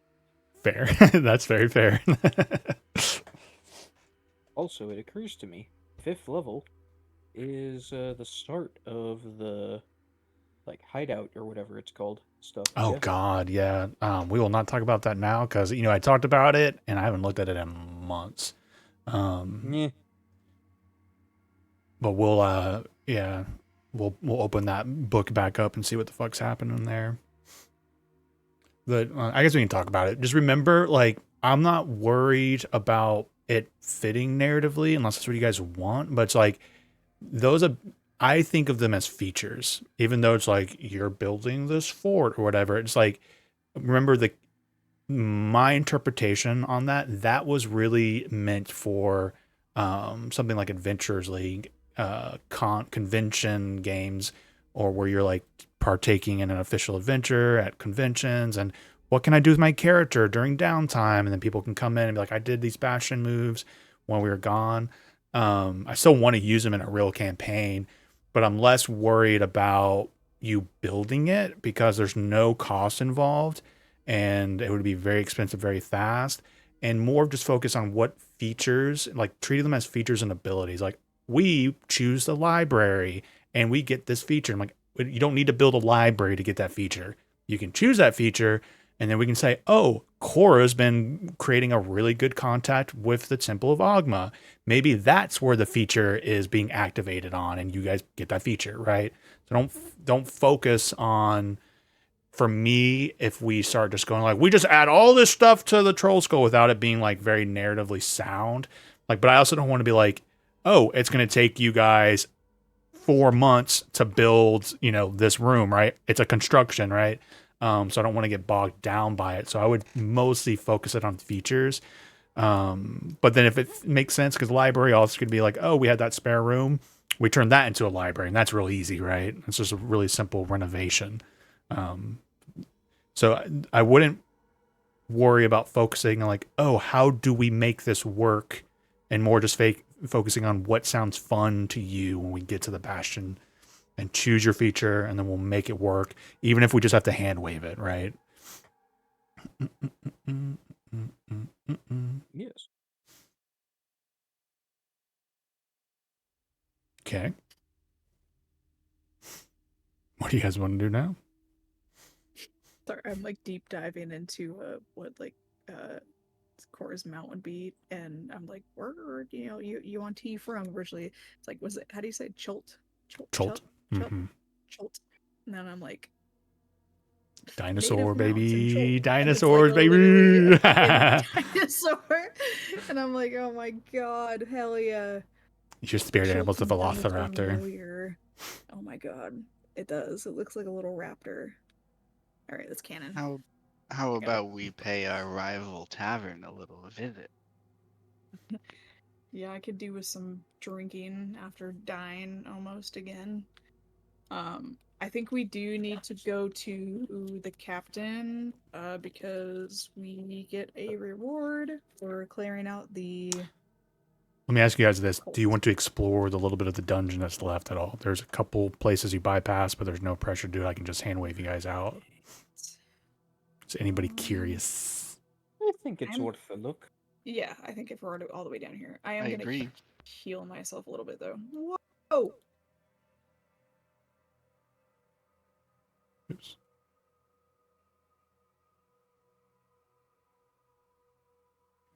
All right. There's obviously do whatever your features are doing. I'm just helping you guys not have to move your stuff. So there's a door here that you haven't poked your head into, and then there's a little side room. Yeah. Oh, that's a damn good roll. There's no monsters in that one, so I'm just kind of speeding it up for you guys, so you don't have to spend too much more time. Did I do it right? No. Yeah, if there's any magical swords in here, I would love to get one. Getting real tired of this negative one.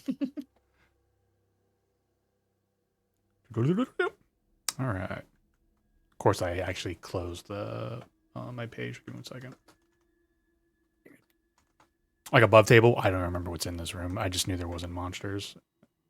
And this one, Eldritch.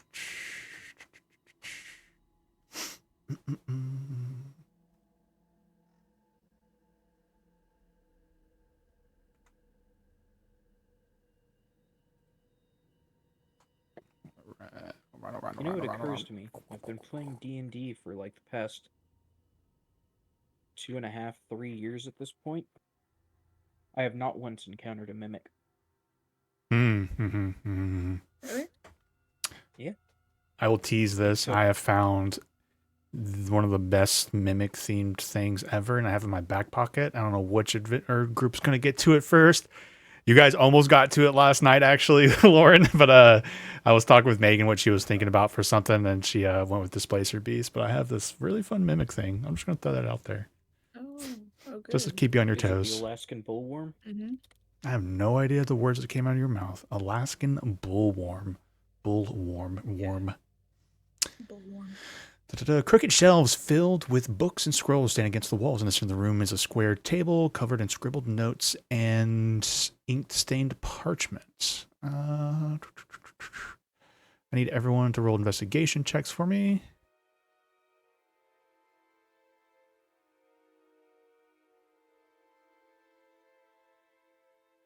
Gizzles.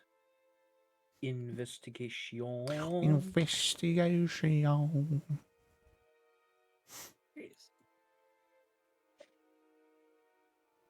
Zaba? What the hell? Hillshire, as you guys are going through it, you guys find some couple different things, but you do find a lockbox or a small ebony box. I'll give you guys this benefit. You would have looted that guy. You find a key that seems like a ghost to it. So you're able to open it up real easy.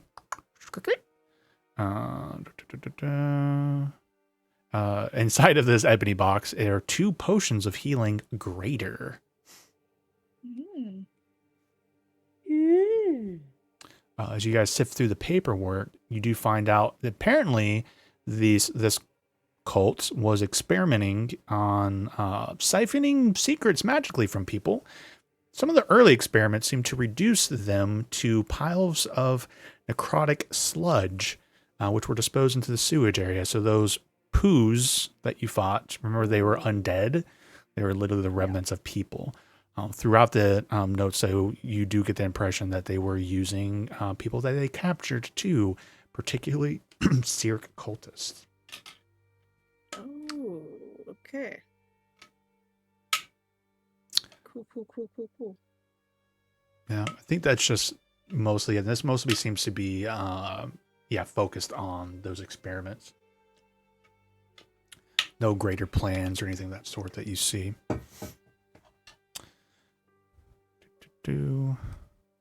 Well,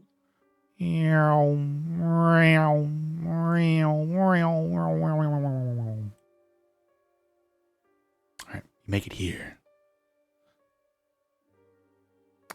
Did I get everyone? Oh, you guys are on top. Around the corner, though, of this area, the only other area you haven't explored yet, you do hear just like...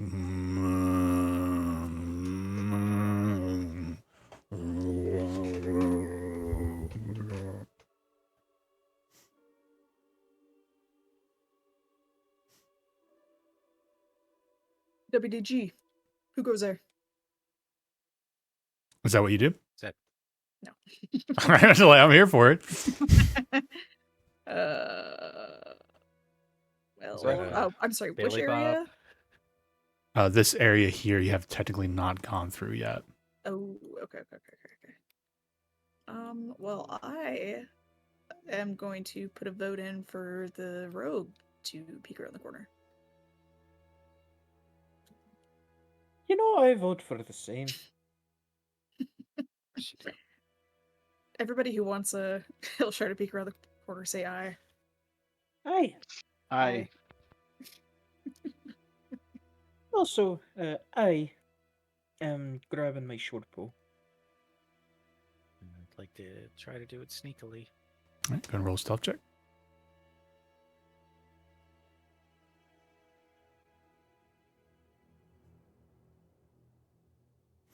$25. You feel very, very sneaky. I'm just gonna move you for you. Just gonna get a feel of what you're doing. You're like kind of creeping down the hallway. Let's see here if I do that, and then I do this. I'm pulling you in just because I want to make sure you get like a good feel, because I think you have line of sight and I can't exactly see. But you see a good bunch of zombies in there kind of milling around. But I would also like you to roll a religion check, because that statue over there kind of catches your eyes. I'll give you the official description. What was once a serene crypt now lies in ruin. 2 chipped stone pillars brace the vaulted ceiling. Tombs are cracked open and reanimated corpses prowl the room. At the center of the room's back walls, a dirtied and desecrated shrine buried the image of a blank scroll. Yeah, it's going to do a religion check for me. It's a free one.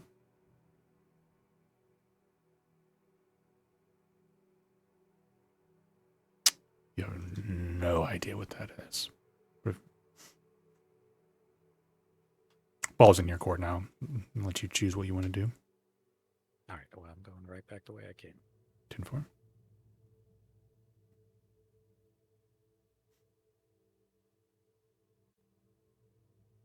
Yeah, it's just a lot of walking dead people. I don't know why that was funny. You say Walking Dead. I realized what I was about Yeah, to say. I could hear you then go like, I I was don't like, how do wanna I say change that. this? Yeah. Yeah. You'd think you were walking to an innuendo or something. Okay. We could take them out. Alright. Do you tell them what that shrine looked like? I mean, didn't really seem all that noteworthy to me. Okay, never mind. It's totally fine. Some kind of shrine.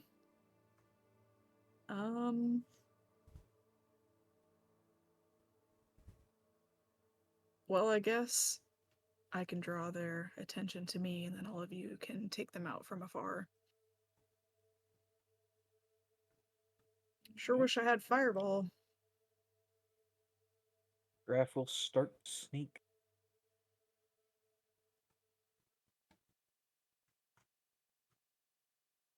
You don't forget, if you're successfully have stealth before initiative, you have advantage on your rolls. Okay. I'll try to sneak too. We'll see how it goes.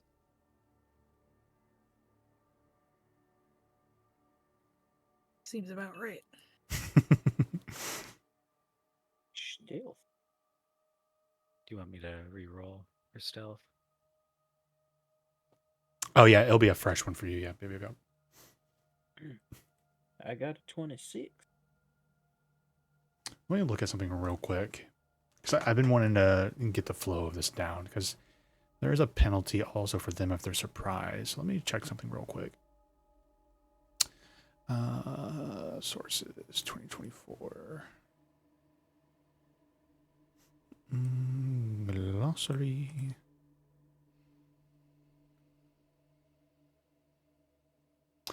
All right, so rather than characters surprise, which causes to have a disadvantage on this roll. Okay. And then we have the invisibility condition. If you're invisible when using you have advantage roll. So I'll let you guys think about this strategically, right? Because Cora, obviously, you're like, I have disadvantage on stealth rolls. Usually I'm not stealthing, right? So right now, Cora has failed, right? Because what I'm running into is a scenario where, like, how do I determine, like, if you roll a 15 right now before you get the line of sight and stuff, you're invisible. So whoever is that stealth person who leads the charge breaks it. Let's just say you're most likely a rogue, right? So if he's stealth, breaks it, right? He's the one getting the initiative, because he's the one that's going to break it, surprise them, and then we roll initiative. If it's a different scenario where it's like, let's use woods, for example, right? Like a lot of you guys are hiding in the bushes. You can see them. They can't see you. It's different than multiple people can. But in this scenario, I'm thinking the way this would work is one person essentially will be able to trigger it.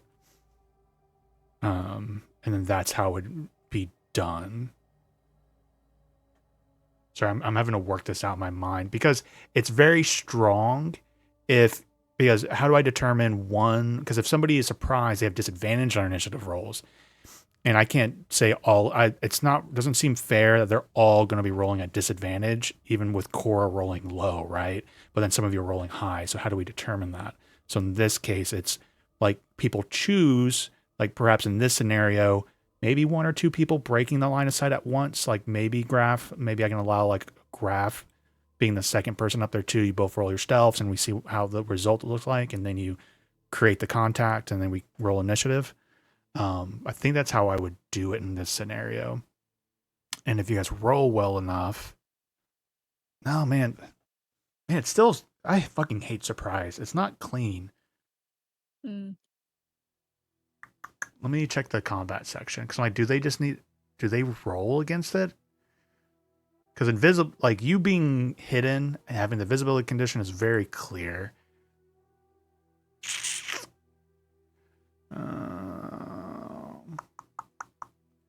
Combats.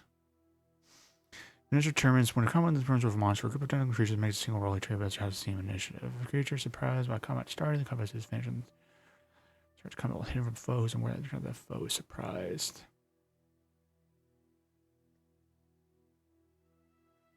Or is this all or nothing?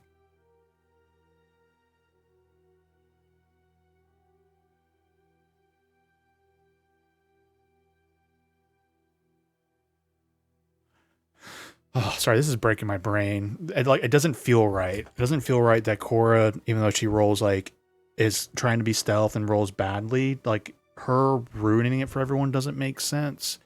But then you all succeeding, and then even if one of you succeeding, and all those zombies rolling at disadvantage doesn't make sense. So maybe it's about point of contact still, but on the other side. So like, let's say in this scenario, I'm allowing Graf and Hillshire to try. You guys feel stealthy, you break the line of sight. Maybe these two here, right, who are closest to you, are caught unawares and they roll it at disadvantage, and then the other ones are normal rolls because they're not necessarily surprised because they don't know exactly what's happening yet, and combat will break out before then. I think that's how I would do it. And like, point of contact is the most important part of it. Reminds me of Baldur's Gate. Is that how it's in Baldur's Gate? I guess that does kind of make sense. Yeah. Like that. Yeah. Depends on like who's closest, like during the surprise round and that kind of stuff. Yeah, so I think that's but I'm sure other people have abused the surprise and that like this guy's not in the turn order, so I'm just gonna assume all the way around the map until he gets into a strategic position. I always thought that was so funny. Yeah, so I think that's how I would do it. So I'm not gonna. How about let's just do a clean slate, right? You guys plan how you want to do it, understanding the rules, and then let's do some fresh rolls for it, right? Yeah. Since Cora like rolled so poorly and stuff, so I'm just gonna back you guys up. Since I ruined everything. You ruined it. Yeah, like those displacer beasts, right? Last night, right? Lauren, like you guys kind of like. I mean, everyone actually rolled really good in that scenario. And in the woods, it's a little bit different because a lot of people can be breaking line of sight and still be sneaking. So it'll be interesting to see this play out in the bigger areas too. But yeah, I think point of contact and line of sight is going to matter. All right, go ahead. Okay. Thank you for bearing with me. Okay. A 12. No, remember, you guys are deciding how you want to go about this, right?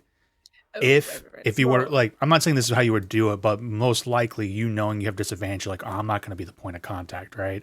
So most likely you're rogue, and then maybe a Graf can decide because he feels confident the two of them are going to try and step out around that corner, create that point of contact together, and try and catch whatever they see first off guard. Does that make sense? Yeah, for sure. Or whoever wants to try and get around the corner at once. I can allow that.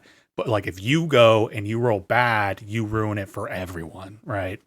To be that point of contact with them. Yeah. Yeah, I would definitely go last. I will participate in the entry team. Okay. And then Zava? Can I follow them? Are you it's very complicated. Were you understand what I'm asking about where stealth rolls? Not fully understanding, no, but they can do the initial one, and I'll just pop in after them. Yeah, so you are so comfortable with the fact that you're not sneaking up, so that's totally fine. Yeah. So Graf will keep your 20. Hillshire, let's get your fresh little roll here.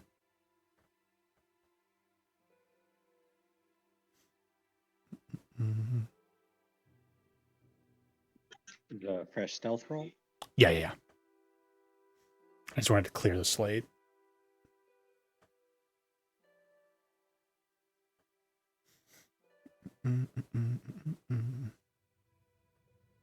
Okay, perfect. Yeah, so the two of them are taking the lead, moving very quietly. And so the other two of you would probably be, reasonable, not right on their butts, but you'd be coming up. And then the two of you come around the corner, successfully invisible, break line of sight together in the same moment. And this triggers the initiative. Then the two of you, Hillshire and Graf, would have advantage on your rolls. And then these two here would have disadvantage, the two that you can see. I think that's how I would want to do that. Have advantage on initiative rolls? Yeah, that's why we're going through the scenario, so you guys understand it. I think I just dice cleared. I'm sorry. Somebody's initiative. If you're stealthed and you successfully stealth DC 15, you have the invisible condition. If you roll initiative while you have the invisible condition, you have advantage. And if you catch an enemy's unaware, they have a disadvantage. So the stealth goes hand in hand to kind of create a very powerful combo. Okay, so initiative isn't rolling, like it's not doing the dice. I'm just gonna 2d20 on the actual thingy. If that's cool with you, because I've technically rolled initiative like 5 times in D&D Beyond, but go ahead that's and just do trying to get it to do the dice in Tailspire. Yeah, you can roll the 2 d20s in here and then pick the highest one for your initiative. Yep. All right, 16 plus 7, that's 23. 23. All right. Turn-based mode. I think I'm actually going to clear the list because I find it's easier for me to do it a different way.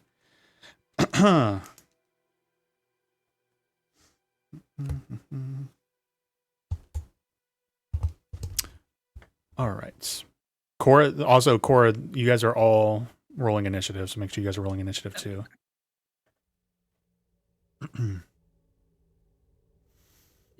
Nice.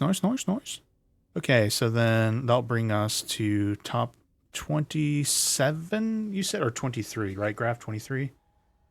Yes. It's Graph.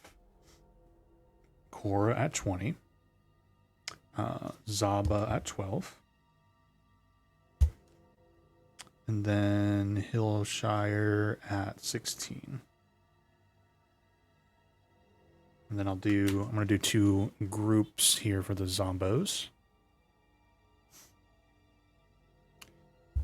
I have a question. Do you guys think you would have bypassed this if you weren't getting XP for it? Or do you think you would have still rolled initiative? Anybody have an opinion on that? I probably would have still wanted to do it. I'm weird about like clearing dungeons. That's fair. That's actually totally fair. I get like OCD about it. In this specific case, I would have, because I know that there's a chance that we'll be sending guards down, and so the ability to tell them we cleared the entire place out. I respect that. Like, and also, and also the captain did say 150 gold for the whereabouts of the cult and 1,000 for cleaning out the cult with proof. Oh yeah, I actually forgot about all that part. Okay. I didn't. Well, we've got that locked chest, so. So Graph is first. Cora second. That's Zaba, right? Gotta zoom in. That's Cora. Then it's Hillshire. Then it's Zaba. Then it's, can I circle? Well, I'll just do this. 1, 2, 3, 4, 5. And then the 2 disadvantage ones, which came out to a total of 1. Okay. All right, Graph. You are breaking stealth for rolling initiative, but you can assume you have like advantage on your attack roll because you're attacking from that stealth position. Alrighty. Would I be able to throw my hunter's mark on one of them without it breaking my advantage? Ooh, technically it would, right? Because stealth is 2 things break it, and that's either casting a spell or attacking. So casting the hunter's mark breaks it, no longer gives you advantage, and then you attack. Yep, that's a great question. Alright. Well, in that case, I will just accept that my first attack is going to be without hunter's mark. And short bow with advantage on the closer one. 10-4. So that one. So 15 to hit. 15 hits. with 10 piercing damage. 10 piercing damage. He's bloodied.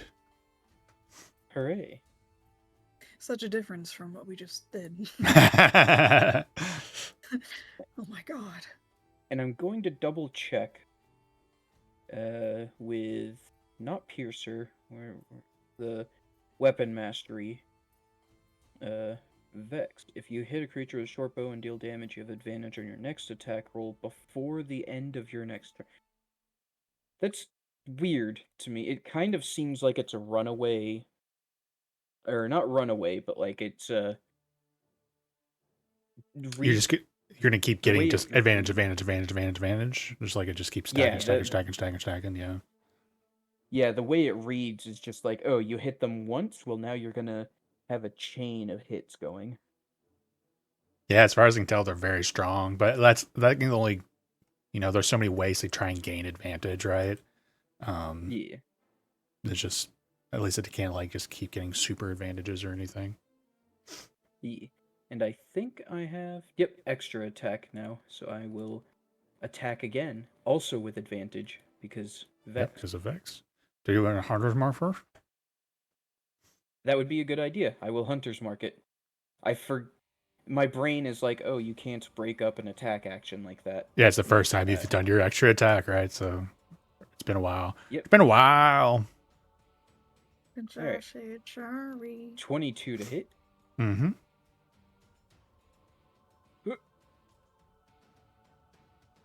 For another 10 damage. Okay, let's see that And Hunter's then- Mark.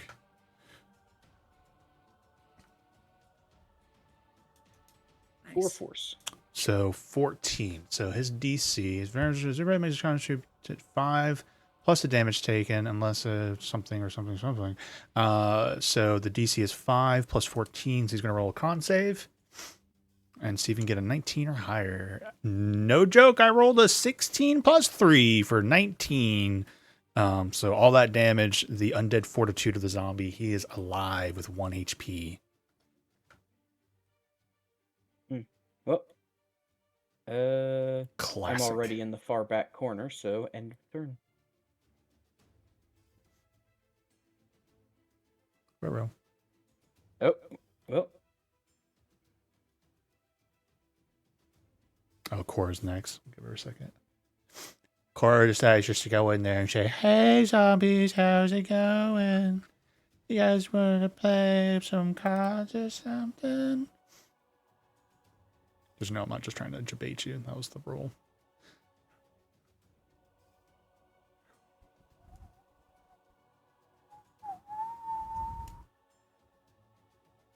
Cora's like, "I'm so scared. I'm gonna let everyone else go before me."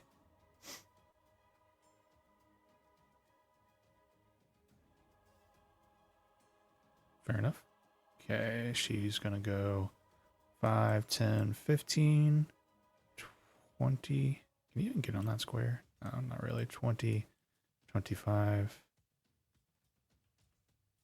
Let's just say I'll let her decide. Well, that's 30, whatever. And then she'll Sacred Flame this one. So Wisdom saving throw. Or no, Dex saving throw. Spell, Sacred Flame. Range, Dexterity saving throw. It's so dexterous. 10 is a failure. Or her damage just gone up. Because 5th level life. Dude, she does 9 radiant damage. And lo and behold, radiant damage is one of the things that'll keep it from doing its save. And she kills it. yep, too bad she's gone out of the voice chat for the moment. Yep.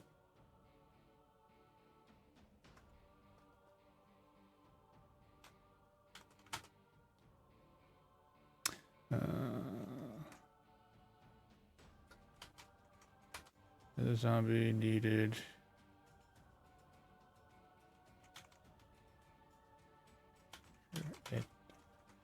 Infernal Command?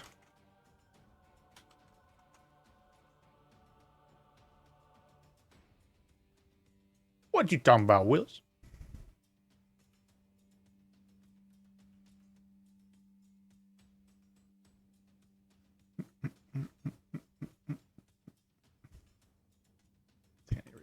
refresher page. Oh, Meadow tree. Infernal Challenge is a bonus action. You offer a creature killing jewels, not inflation futures within the range. They must get a charisma saving throw. Enter challenge fight. You for the duration you gain +2 bonus to AC. The target is disadvantaged on attack rolls against creatures other than you, and the first time challenger move away from you in a turn, they must get a charisma speeches. See, that kind of spell and ability is how I would like Sentinel to work. It costs a resource. There's a save involved, but Sentinel is like a free version of the underbone of all this. I'm gonna bitch about Sentinel for the rest of my life. Okay. All right, so you do it to the one that's right there in front of you. So they're doing a charisma saving throw. So charismatic. So, ooh, 16 minus 3 for a total of 13 against your spell save. Ooh, it's a failure. 14. Yeah. All right, so he is challenged. Nice. Okay. I think that's all your movement there. So then I'll be Hillshire. Yeah, 30.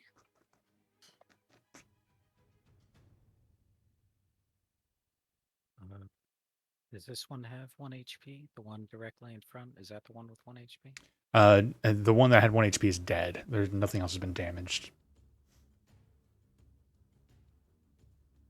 I guess I'll shoot the one directly down the hall. Yeah, there was one with 1, but then her Sacred Flame finished it off because of the radiant damage. All right, so it does have +2 to... Hillshire has Sharpshooter. I apologize, but I'm having to test myself to keep it like locked in. Is this going to be at advantage because of the stealth, or is that gone? No, I think you're good. I would say that the stealth should still carry over to your first turn. 11 still hits. No. Good old Zombos. Keep getting sent to the void when I try to go back into Tailspire, so I'm going to restart my computer. Or I might need to summon you to the board. It might be just glitching out for you. Okay. Were you in between spaces? Is that what it was?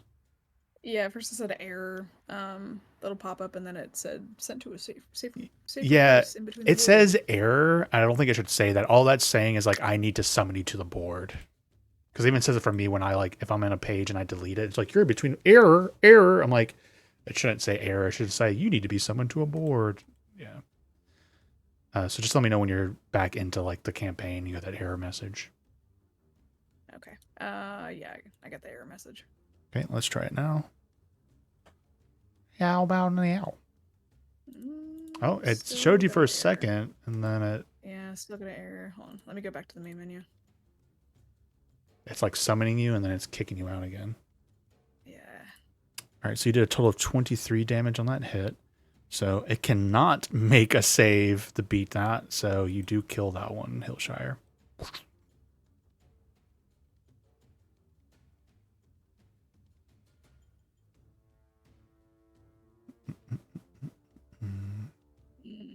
Yeah, still not letting me do it. Guess I'll throw a dagger at this one. Weird. How do I We'll miss it? yeah, we'll just Okay. you We got, can like, also pull up 3 the minutes left. stream, and once we get through this combat, we'll probably just do like a server reset. Get back into it. For sure. It might be something on our end. Okay, Hillshire, you stepped down. How do I ping again?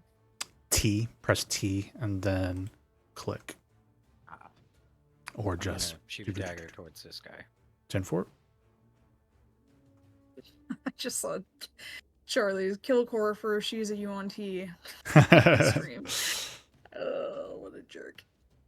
What a jerk. 22 hit.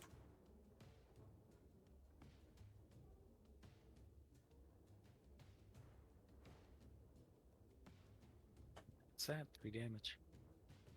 All right. Anything else? That's it. Zaba. All right.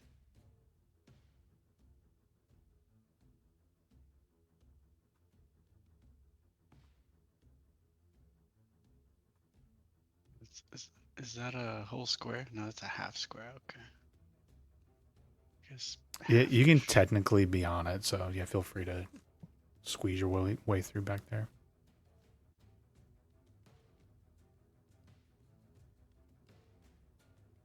Well, that I believe was 30. So I've got a zombie in my sights with cover. I'm gonna go for him. Correct, mundo. Oh, that's fine. We know where you're at. Eldritch Blast. I love that you guys get to come back and fight the zombies with your like extra attacks and stuff now, though. Mm-hmm. It's nice. Beat them up. Bit of nice. 12 will hit.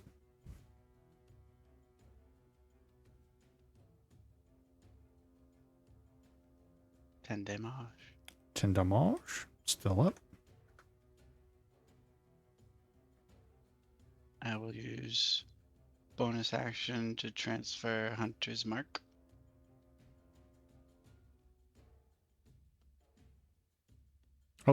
That was Riley's Hunter's Mark. Excuse us. Just stealing his Hunter's Mark. Was his name on it? No, you're right. But it was technically on the body of the one he just killed, so you know. All right, Hunter's Mark. Okay. You have a new ability with Eldritch Blast. We have 2 beams now, baby. Oh wait, I had another one. I hit end turn already, but Yeah, you got Yes, another it- one, baby. Get it out there, Zaba. you just do well. How does that work? You just roll the second blast separate hit. Yeah, it's like I always forget you haven't played as much. It's like they now have like 2 attacks, right? And you essentially have 2 attacks. You can choose to shoot him or shoot another thing. But yeah, you roll again. Big power jump at level 5. Yeah. I that got sounds really booted to cool. the space between boards. Ruh-roh. I wonder if we need to do like a reset for everyone. Yeah, I just summoned you. That did not work. All right, I'm going to reset the server. I'm going to just restart my game. Everyone might want to just like do a clean reset. Reset.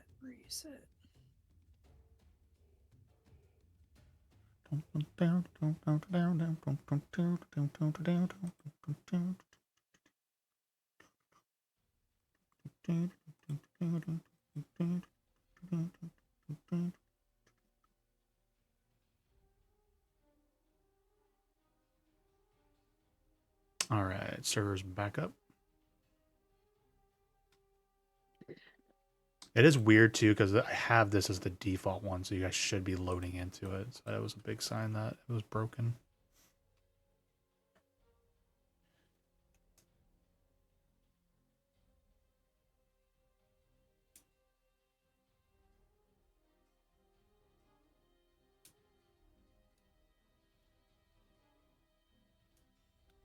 Nice. Back in. I'm in. I've hacked into the system. I'm in. Hold on, I'm verifying that I'm a human. Human Zombies after In the all. wall. Yeah, that He's square in the there's a little walls. weird. They're in the walls.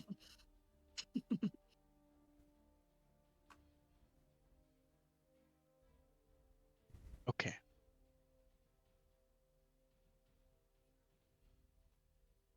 He's in the One more chapter. walls. He's in the in goddamn the walls. Damn walls. 12 again. 12 hits.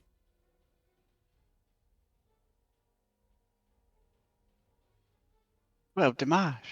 All right, so 12 plus 5 is 17. Here comes our con save. Hiya!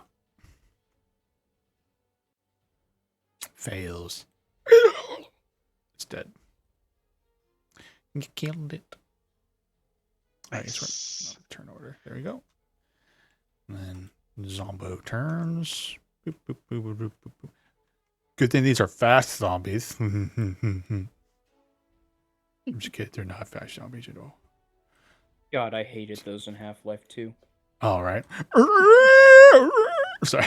They're fucking howls. That was 5, 10, 15, 20, 25, 30, 35. Which one was compelled to do? Or did that one die? It did. Okay. That's fine. I'll 20. still take my +2.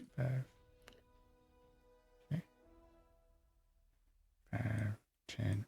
Oh! Oh! It gets a chance. It tries to slam you, Hillshire. Here comes the slam! 12 is a miss, I'm pretty sure. Mhm. And this one's in the back. He's like, move. Move. He can't get to you guys. Graf's turn. All right. I appreciate Zaba's willingness to get into the fray, but that might be. I can kind of see how Zaba got into the space between boards now. You're not wrong. Maybe that's creating the glitch, but also just the fact that Cora was having a glitch, it might have been just a server thing. Oh, I am just joking. Fair enough. But I mean, well, it'd be interesting to keep an eye on that. Maybe that did create like an issue. Bonus Some sort of action, collision transferring glitch. Hunter's Mark to this guy. And then action.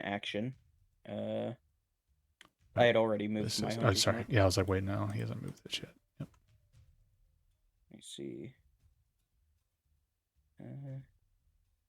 Okay, so I don't have Vex against a new creature, only if I hit. That And makes it's sense. only for the creature that I hit. So, short bow attack on that guy. It's an 18 to hit. That'll hit. Alright. That do be 8 pissing damage. With Okay. 5 force damage. Still up. Looking rough. And now I have advantage. That's 17 to hit. Yeah.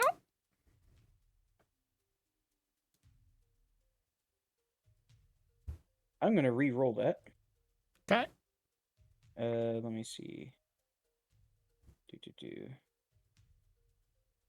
4 plus 4, that's 8 piercing damage. And a Okay, D6 so force. oh yeah, go ahead. 8. You just see that total. Ooh, nice. So 13 plus 5. So needs a 15 or higher. Yeah. It's dead.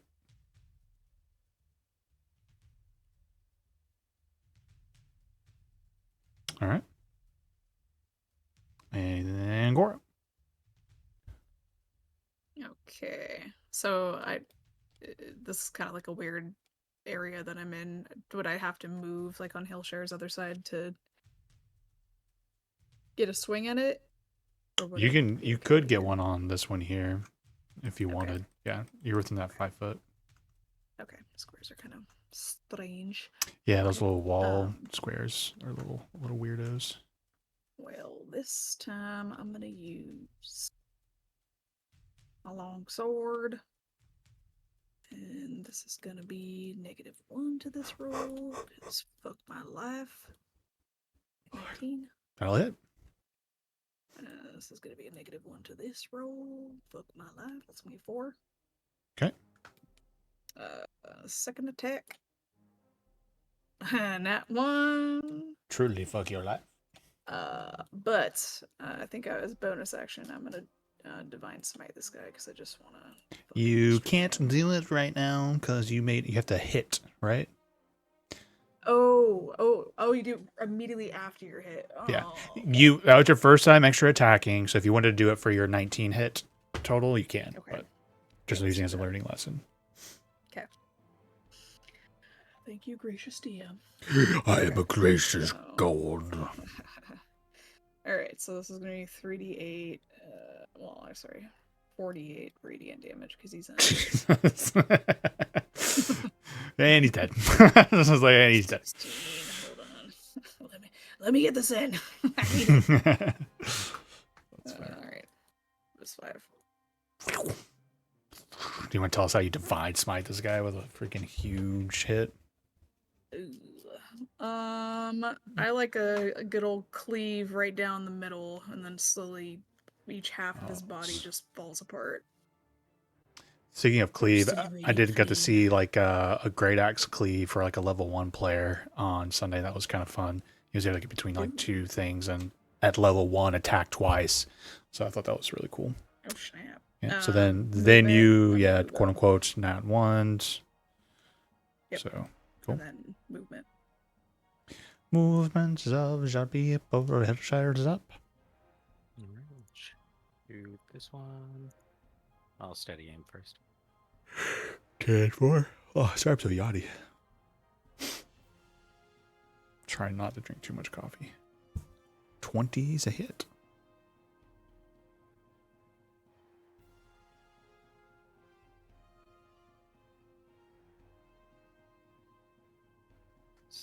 Seven. Okay. Still up. Yeah. Sneak attack. That's what I got. Yeah, I just want to see if it killed him. Then I was going to save the sneak attack for something Ooh, else. good sneak attack. I'll like every once in a while I'll allow that, but unfortunately the sneak attack will trigger right away unless they updated the rules. Oh, So like, does it just trigger? yeah. I see. And so it's good to be strategic. Like I'm gonna like go for the big target and then finish off the dagger on the one that's maybe weak. You know, so you do have to kind of strategize around it a little bit. But you do kill it though for the total of 22, and he'll definitely can't make that save, so he's dead. And then I'll throw the dagger at this guy. Sweet.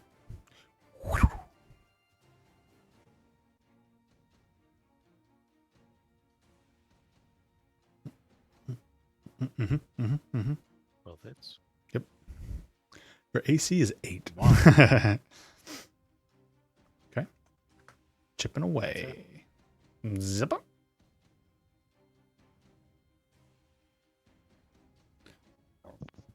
Excuse me. Let me see these angles.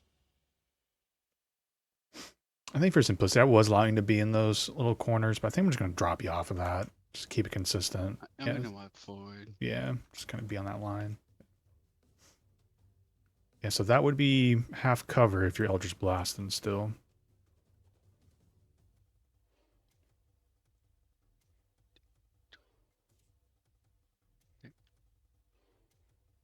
And then that's good. Still? No, you're good. Yeah, there's nothing there because this, your corners kind of go like that. So that's all Oh, of them. okay. Yeah. Yeah, so if you share a line like that, it seems to be pretty clean. So good to go. Alright.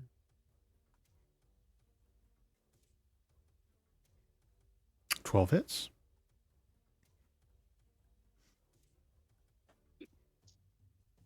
Nice.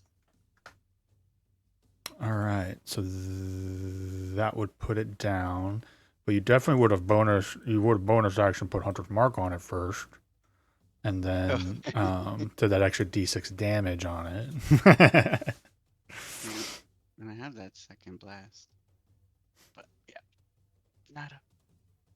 Let's see if he actually dies. Let's see that Hunter's Mark damage because you're putting to 0, but there's I need to see your total do damage. 100. So 16 plus 5 is 21. He's got a chance. He's got a chance to resist it. Resist death, but he does not. And he goes down. And I believe we're out of initiative. We survived. Oh, it's my turn. Sweet. Yeah. You do a happy dance in return. All right, that was 8 times 50 before I forget. Aaron was helping in the shadows, so divided by 5. Yeah, right. You all get, that's not right. I'm dividing 400 by 4, and my brain was like not even registering that I can just do that in my head. 100 XP each. Ooh. You would have recognized this, Cora. You would have recognized without any check. The statue in here is a depiction of Ogma, the goddess of knowledge. Oh, interesting. Is it like a dark Ogma or? I mean, that's A just normal whatever Ogma? asset they use, but it is Ogma. Right. Um, Interesting. yeah. You are a paladin. Go ahead and Okay. roll a charisma check for me. Charisma check. What a or a statue of Ogma be doing down here? Charisma. Oof. 10. Don't waste a reroll on it. Okay. Uh, da, da, da. I'm just changing the music from combat. Okay, bam. So it's what you would know, I think, at this point. Like Ogma's like knowledge, right? But sometimes specifically for like certain classes, like wizards, right? Very much worship Ogma. And you've met a wizard being interred down here, so that kind of makes sense for like she was probably like a patron deity for whoever's being buried down here. Also for some bards and such. But with the 10 charisma, you would know that this place has been desecrated, and you can kind of feel that connection. Not saying you're connected to Ogma in some sort of like that's your god or anything, but you just have been spending so much time around it, and with your paladin abilities, you would kind of tap into the idea of this area is like, even though you've killed the cultists, like enough has happened down here that there's been a desecration. There is a option, or like you could try and sanctify it through choices, but I'm not saying that's what your character would do, but it could be done. Right. Ooh. We need more holy water. It worked so good last time. Gotta get it at the right angle. Hey, listen, the only holy water she considers holy is a beer, so I think she would, honestly, just because of the whole nature of her going down here to avenge her brother, and then she's like, I'm gonna right this wrong of like what the cult did, because they've done so much already.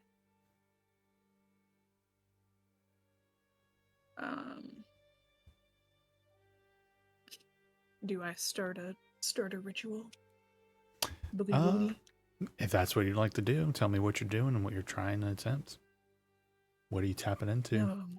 I know. I think more than anything, it's she doesn't worship a god or anything, but she's very justified. Like, she makes personal vows to herself, so I think she would be tapping into her own like willpower and resolve. Does Cora care that this place has been desecrated? Like, does it actually bother her and that she would want to attempt to cleanse it? Normally, it wouldn't, but I think the fact that the cult killed her brother, and this is also an act of gotcha. Defiling something else, that is what pisses her off. Go ahead and give me a charisma check. Okay.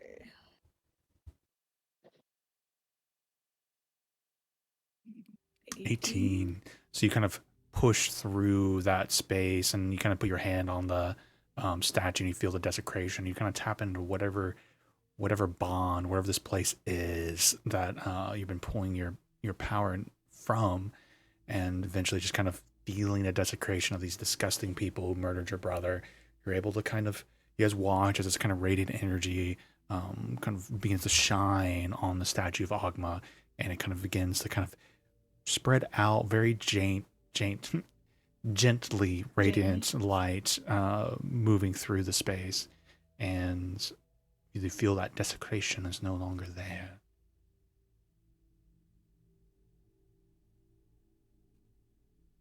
Nice. And there's a little bit of a divine reward. Just give me 1 second for it. Oh. Your ability score of your choice goes up to 30. Strength. No, just kidding. Let's see here. Where are those charms? You're getting something kind of like we just got from Vecna, but not from Vecna.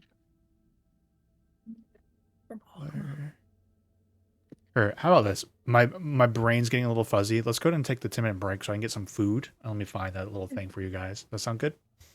But that will be essentially the end of the dungeon. So just start thinking about anything you guys might want to talk to the ghost or just head on. But let's go and take that 10-minute break. 30 after the hour. We are we. Wahoo. 30 after that. 20 after the hour.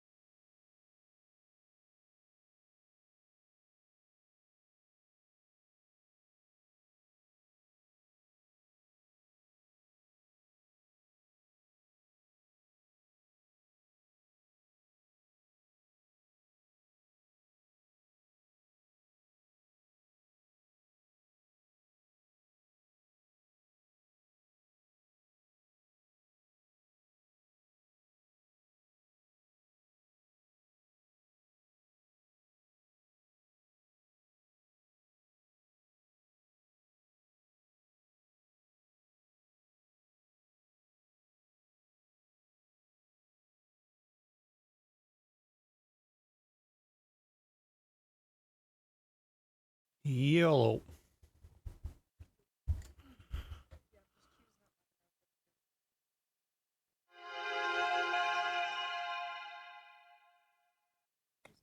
For the sanctifying, I think is the word.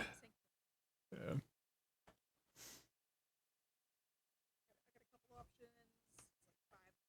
Hello, Daisy. You can pick out your little legendaries there. Just got them legendaries. Okay. I know. If anything, I encourage people not to look at them because some of those are like spoilers. Like a sword that you was had trying been to hanging out with yesterday. right. I was trying to scroll past like down the page, and it was like legendary, legendary, and it just like kept scrolling, and I was like, God damn, there's a lot of them. Let's see. Ooh. All right, I was doing this.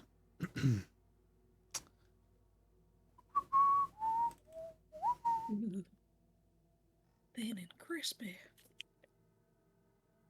Made with avocado oil. Pretty good chips.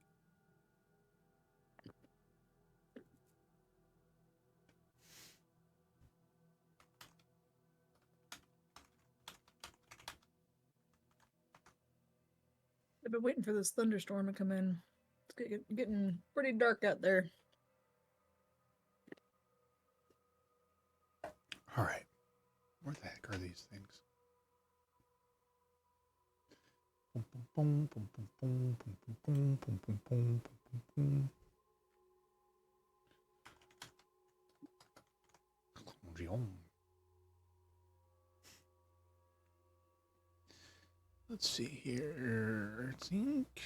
Yes. Yes. Yes.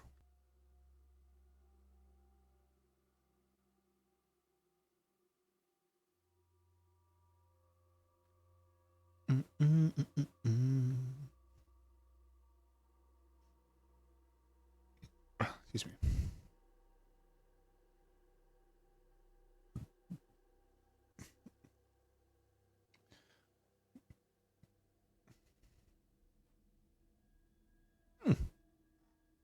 I'm down for that.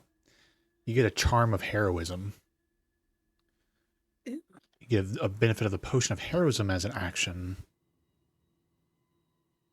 And it's like Oh, one-time you know what? use. Yeah, And I think Hiromi had that, but like for a year she had that. a year, the potion of heroism.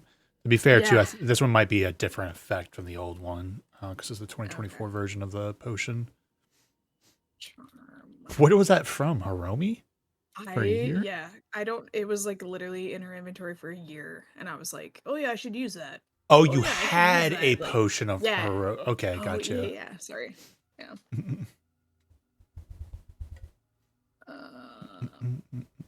Potion of heroism. Oh, it's a rare. Potion. So I'm sorry. The charm gives me the effect of drinking a potion of heroism. Yeah. Okay. I guess this is I'm combining something from the old 2014 rules, so it would be a bonus action, but to use it, I'm going to treat it like a potion. The old one was used in action. Wahoo. Oh, yeah, this might be a little bit different because I don't remember being under the bless spell. No concentration for an hour. Damn. Hell yeah. Yeah, that's solid. Hell yeah, brother. Oh yeah, brother. Well, Oh, Justin, are you here? Yes, I am eating though. It's not funny to think you're eating, because I want to talk to you about cooking. Funny, and they're Tuesday. I give them a little side quest because they're like, we've gone through hell and we fought Mechastrad. We want a break, and inspired by the new Helliana's monsters, whatever. And then of course, like, you know, dungeon meshy and stuff like that. I was like, I ended up settling on a like, let's do like a cooking thing, something kind of fun, like Monster Hunty. But I came across somebody's blog and they had like some cooking rules that's beyond, like, they're like, I treat this like a mini game, and so my philosophy is it shouldn't feel like it's something you would normally do. And I liked it instead of doing like a D20 cooking check for something. I've never played Yahtzee, but it was described as like it's pretty much still like rules from Yahtzee to indicate how to do like a cooking check, with different like little hidden parameters and stuff in it. So like essentially, if you wanted to kind of fuck around with it, we could. I think then the intent behind it is like, oh, you found a monster thing, so maybe you can get like a benefit if you roll well enough. And depending how well the combination is. So if you ever wanted to like think if you wanted to lean into that as an idea for Hillshire, I have like a little mini game for it. And some of it, like, we're not doing the buffs for them because we're just making it a contest for a prize that they want. But like long term, I could see like, okay, if somebody wanted to explore like that dungeon meshy vibe, I think that's the name of it. Now that I look at these zombies, they're giving me an idea. No, I mean, but like they're hunting displacer beasts, right? Yeah. And they're like, you can take an eye and make jelly with it. You know, it's kind of one of the things that I teased them with yesterday, and then you can try and cook. But yeah, it's like it's Yahtzee rules. So you like roll like all the, depending on the ingredients and what you have available, you roll all these certain dice, and the certain combos determine how well it is. And then the better you do, some of them might have like they have suggestions for like little buffs and debuffs and stuff. Or I say buffs. Well, I also like how the character that's against like everything that they do cook. The character that is against everything. Say Yeah, it again. Marcel in Dungeon Meshy. I haven't seen it in a bit, so Okay, well, the elf Marcel, she's just against everything that they do most of the time. Whenever they offer up, oh, we should cook this. And her name is Marcel Donato. She has this Italian last name, and I do think it's funny that oh, that's funny. that everything they suggest, she's just completely against. One second, I got a bot in the chat. I'm trying to. I can never remember how to delete it.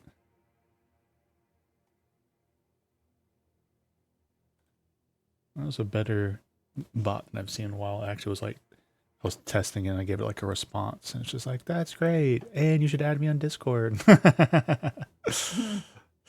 Usually there's spam like, you should add me on Discord. No. Anyway, it's not that important. And I didn't mean to stop listening to you. I apologize. My ADHD latched onto the bot trying to steal my identity in Discord. Yes, I didn't know that they were Italian themed too.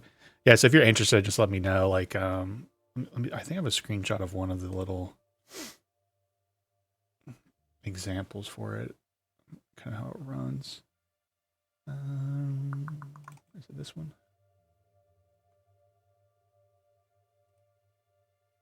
Yeah, so that's like the combinations if you had rolled them, but then there's certain things like if you meet this parameter, then you can roll a d4. If you meet this parameter, then you can roll a d6, et cetera, et cetera, et cetera.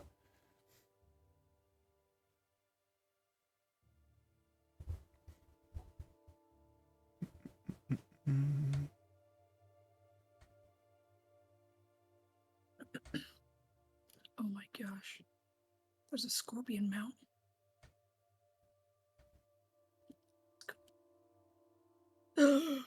Capybara mount. Do this.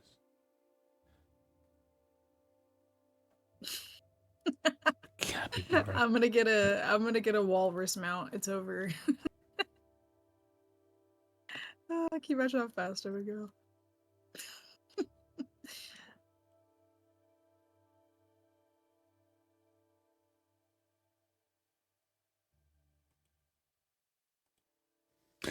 I'm way too distracted by that. Cool. Is Kevin here? I haven't heard his voice yet, but I think I saw Riley chatting. I'm here.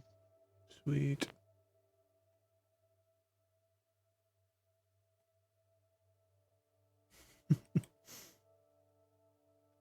Okay. What would you all like to do?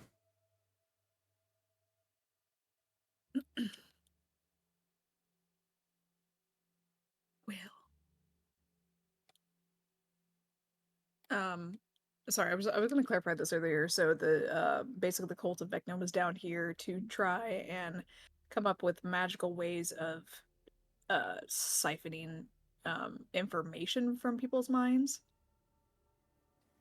Specifically secrets, but yeah, you can interpret it as Secrets. that. Mhm. Okay. Like forcibly taking, secrets and that kind of stuff. And they were down here using this temple. This was originally the Temple of Ogma, which is why they probably chose it. Not since necessarily a it's temple, but common like it knowledge. was a catacombs that's been like dedicated to Ogma. Gotcha. Oh, so they were trying to get secrets from people who are buried here. No, they just chose this as an HQ. It looks like somebody's Okay. old burial, maybe a temple, but at the very least, it seems to be a catacombs. People were interred here. Maybe a patron saint kind of thing for this family or for these people. That was Ogma. They came down here. They were extracting secrets from living people, and some of their own cultists sacrificed themselves, but they were taking unwilling people like cultists of the Cyric and capturing them and torturing them and trying to do that. That's when they turned into sludges. For information. Okay. Damn. Okay. Nothing else in this room. Yeah, above table, I don't think there's anything else for you guys to really find. No more little secrets, nothing really. It's just like, I don't know if you want to talk to the ghosts or anything, but they would be here if you wanted any final words. They would definitely thank you they would feel the difference of what you just did, and there would be a moment of them kind of like, thank you. Okay. Well, yeah, I mean, if there's nothing else, I know that Cora would suggest like going back if there's still time to see the captain and let him know and then collect the bounty for that. I mean, So- we came here second thing in the morning, and my Yeah, I'm not hunter's mark sure. was casted at the very start, and it still hasn't run out. So Yeah, it's still Okay. pretty early. it's like Okay, 10 in the sweet. morning, basically. Yeah. Okay, sweet. Well, traveling down I here, mean- yeah. Let's just say it's about noon. It's about midday by the time you guys emerge out. That's mostly from travel Okay. time, not necessarily the dungeon. Okay. So we could definitely do that. I know as far as schedule wise, I think Cora just she sent the letter to her sister to meet later at the yawning portal. Well, to meet the mysterious person who wants to see her. Just stop at Um, a restaurant to ask them about one of their sous chefs. Yeah, could do that.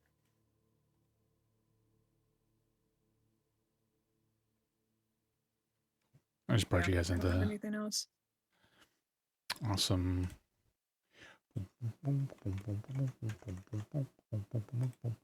Also, you want to stop at Little Cali and talk to the owner. My notes. What's his name? Freddie. Oh, and Cora will reluctantly give that +1 shield back to Graf. Oh yeah, time to sell it. Mm-hmm. All right. So is anybody going with Hillshire and his little pit stop to Little Cali in the Market District? Oh yeah, gonna go and get a mug of sauce to go. I'll join him too. Okay. So everyone's here for the or like maybe not with a conversation, but they're in the restaurant and they're mingling. So Hillshire, you come in. It sounds like you're asked for the owner proprietor, Freddie. And eventually he comes out. I don't remember what I've described him before, but just kind of giving him a complete image. A little bit burlier man, like exposed arms, very hairy, thick, black. Hair up his arms. Very clean cut though, and then just kind of like a burlier mustache. Oh, you and I have talked before. You're the one that hired the. Yeah, it's nice to yeah. see you. Nice to see you. Nice to see you, my friend. Yeah. How was your little get together with the sauce chef? Think everything go good? That's actually what I'm here to talk to you about. Oh, I mean, if Ricky did anything wrong, please tell me. We'll make sure it's taken care of. No, Ricky was great. Oh, that's good. That's He good. was so good that I've made him an offer he can't refuse. And what kind of offer are you making to my sous chef that he can't refuse? I'd like him to be, with your permission, head chef at my restaurant. Head Opening up chef at your next week. restaurant. Huh. He told me he's apprenticed here for a long time, few years. He's learned a lot, but it's time for him to spread out his wings. He kind of like looks around the restaurant, though. You guys are maybe like, just like, yeah, we're gonna order a sauce and blah, blah, blah. He's like, maybe you and I can talk in my office. Right this way. I'll follow him in there. Close the door. Very just kind of bare bones. Nothing like, it's nothing fancy, but it's like, there seems to be signs of life and activity in here. He kind of like gestures to a chair for you to sit in. He kind of leans up against I don't know if you sit down, but he leans up against his desk and he kind of arms crossed. So you want my sauce chef, huh? You know how hard it is to find a good sauce chef in this city? Especially at Cali? Hard to come by. I understand. I'm willing to come to an arrangement. In the meantime, that you find a new one. I'm curious. What did you think an arrangement would look like? Huh? What would you think? What were you thinking? Well, I imagine you want my money. No, what I want is my sauce chef. Well,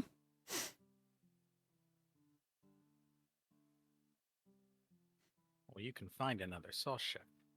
You don't need Ricky. Had him for years. Well, I've had him for years because he's a good sauce cook. Well, there's two things I want. I want my sauce chef, but more importantly, I don't want to piss off Papi Lorenzo. Piss off who? Papi Lorenzo. The head of the Lorenzos. Have you even gotten permission from him to open up some Cali up in there in the North Ward, is it?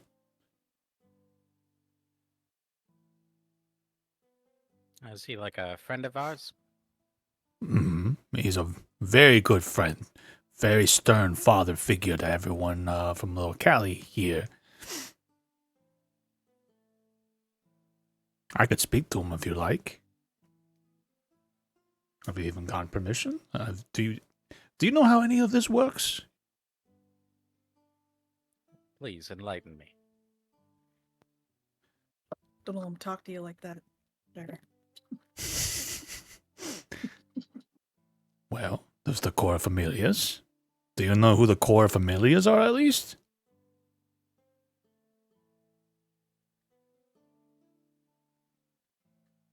No, I don't. I mean, Ricky mentioned something about it, but... Sorry. It's just calling themselves family. It's like, I said Kibo, I said core out of habit. I actually was checking my notes. I'm like, it is not core familias, even though it sounds good. It's the Kibo familias. I'm like, I think I would have noticed that if it was core the first time. So let me apologize. The correct term is Kibo familias. Sorry, Justin, go ahead. no, I've not. I mean, Ricky was mentioning something about it, but with all that's going on between the Xanathars and the Zhentarim, I just... Well, so you know a little bit about those kind of little bit of networks. Well, I've been learning a lot in the past few weeks, let me tell you.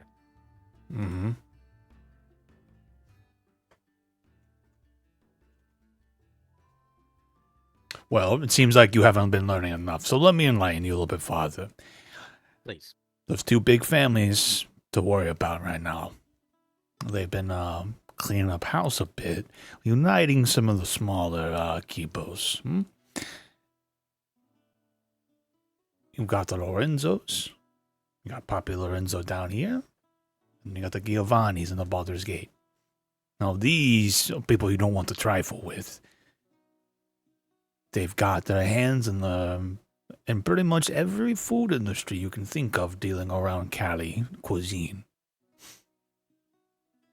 And these families, the Lorenzos, Giovannis, they're from the old country. You know, they're from Cali themselves, so they don't fuck around. Now, anyone who even puts a noodle on their fucking menu has to get permission from one of the familias. And here is the Lorenzos. Yeah? Mm-hmm. Well, I got some words for these Lorenzos then. You might want to be very Telling me a careful with place like whatever Sloppy's gets words. Oh, God. Please, you don't have to tell me about Sloppies. Their gimmick. We've actually threatened to burn them down multiple times. They don't What happened listen. there? But frankly, we broke the owner's legs at least twice. But for some reason, they're very persistent on doing that slop. But they have the one parameter they did change is that it no longer says Cali noodles on their menu. Now it just says slop. They don't even have a menu. So if you go and you ask for Cali noodles or a Cali dish there at Sloppy's, they do not sell it. And that's enough for Poppy. But they call it pasta. Something should be done about that, Mhm. rather than coming up my ass. Just because I need a sous chef. They So what, put if I call pasta my back on the raviolis menu? pierogies, it's okay. Did they come back? Did they say that they had pasta? Well, they tried to serve me pasta. I would tell you that that's what the menu said, but the menus they gave me were blank. What did you order? What was your exact words?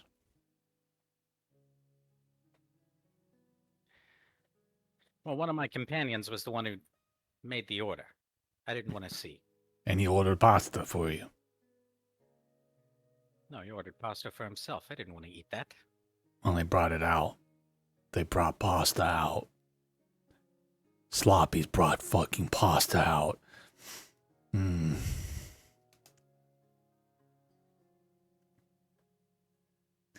Well, let's just say this. You want to know what happens to places like Sloppy's in a town like this with Papi Lorenzo? They seem to be doing pretty well for themselves. No, you don't understand. They were doing good for themselves. Just keep an eye out. We'll see how well they're doing in the near future.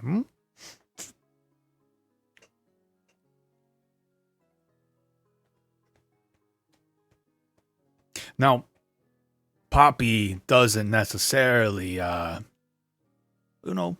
everyone can use a little bit of gold, right? But Poppy's tastes are a little bit more eccentric. I saw your little crew you walked in here with. You guys kind of smell like you've been down in some shit today. Look like you've been beat up kind of bad. You guys adventurous? You kind of some sort of crew? Something like that.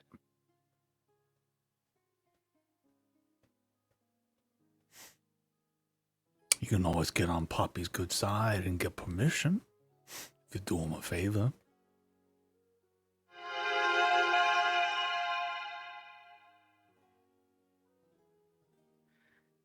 Well, I can't speak for everybody else, but what kind of favor? Let's just say the Giovannis have something that Poppy wants.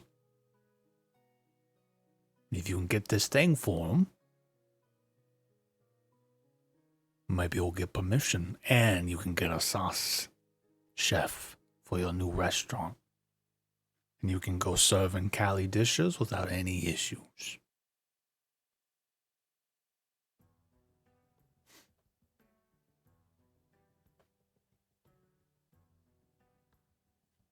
Well, look, we can't go all the way down to Baldur's Gate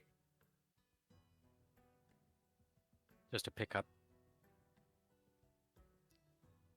something for your guy.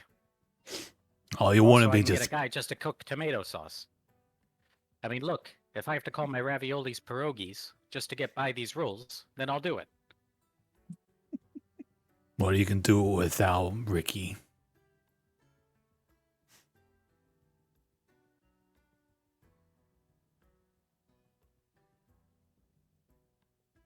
But you might want So to be let me get careful. this straight. You're not going to take my money. No, I'm not gonna take your money.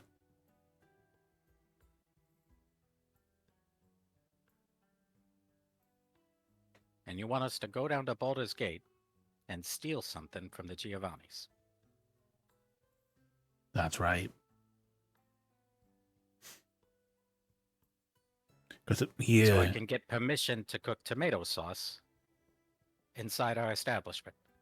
and if you do this kind of deed, and you show dedication, honor to the Lorenzos,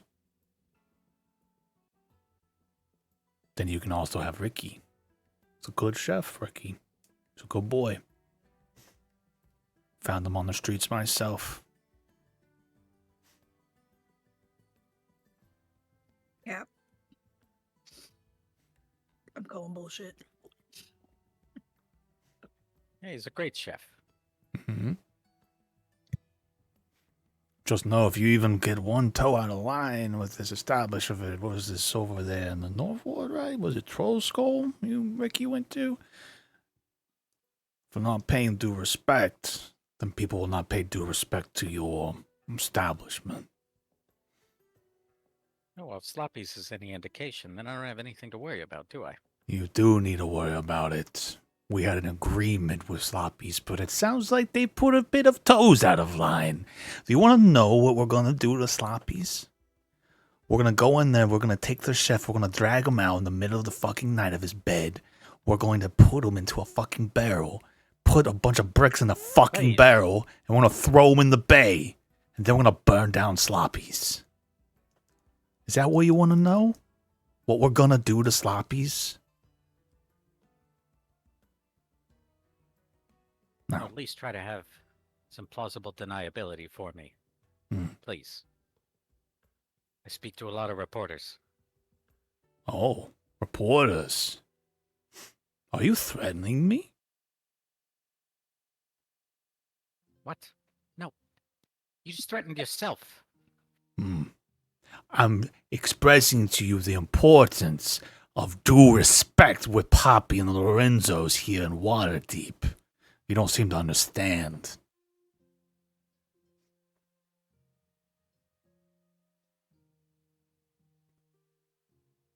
I gotta talk it over with everybody else. All right.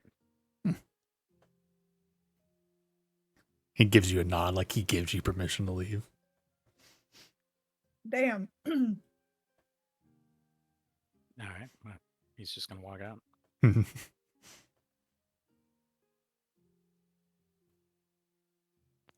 Did he refuse? Yeah, pretty much. He wants us to go down to Baldur's Gate, do some job for him. Also, I can get a guy to cook tomato sauce. What is wrong with this city? What exactly does he want us to do? Steal something from some family. I don't know. It's been a while since I've left the city. How far is it from here to Baldur's Gate? Because if it's a quick one, day there, kit back, I'm up for it. But if it's a week each way, then that's a bit more of an ask.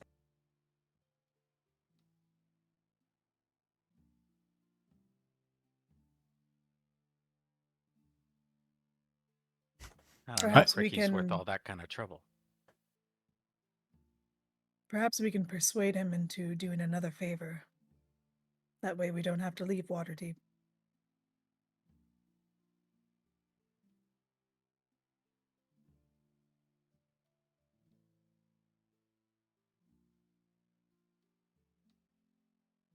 You spoke of these families that he's involved with. Are these powerful families?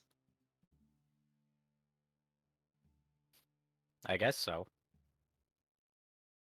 I never heard of him.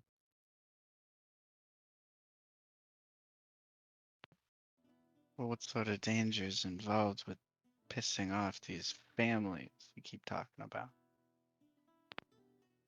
Well, he just gave me a lengthy description of what they're going to do to Sloppy's head chef.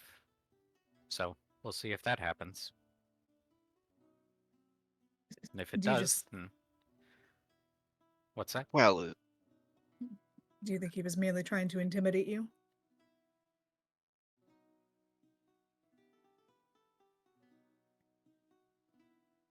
I don't know. Time will tell. I don't know. They better not well- lay a hand on that poor leper's head. You say leper? Yep. Oh my god. well, if we go and steal Their from this main family, chef has leprosy. Personally, I think we should wait to see what happens. I'm never eating there again. I mean, well, what if we get chefed next? No, you're not going to eat there again? Knowing that? Nothing that came before had anything to do with it? Well, I mean, beggars can't be choosers around here. I am an orphan. I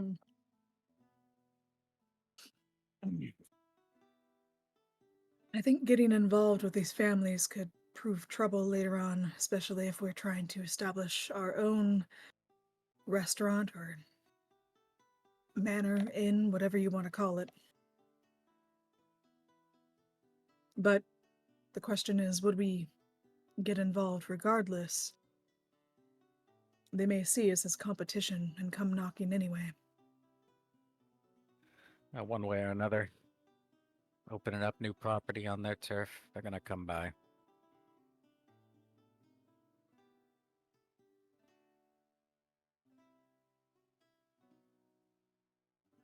I guess the question is, do we want to do a favor for one of the families or stand on our own? We've not heard the offer from the other family, have we? I'm not sure if they have an offer.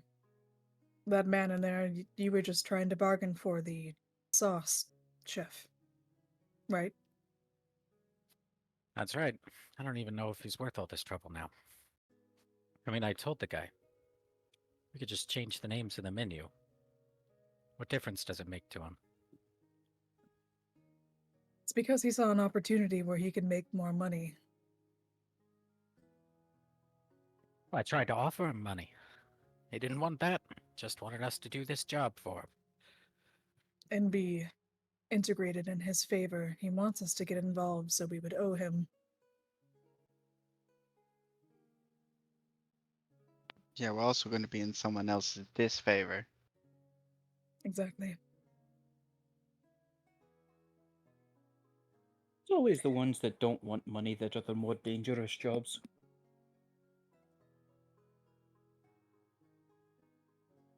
Do you think he would fold on the favor? Perhaps there's something else that we can do for him that wouldn't involve us with the other family.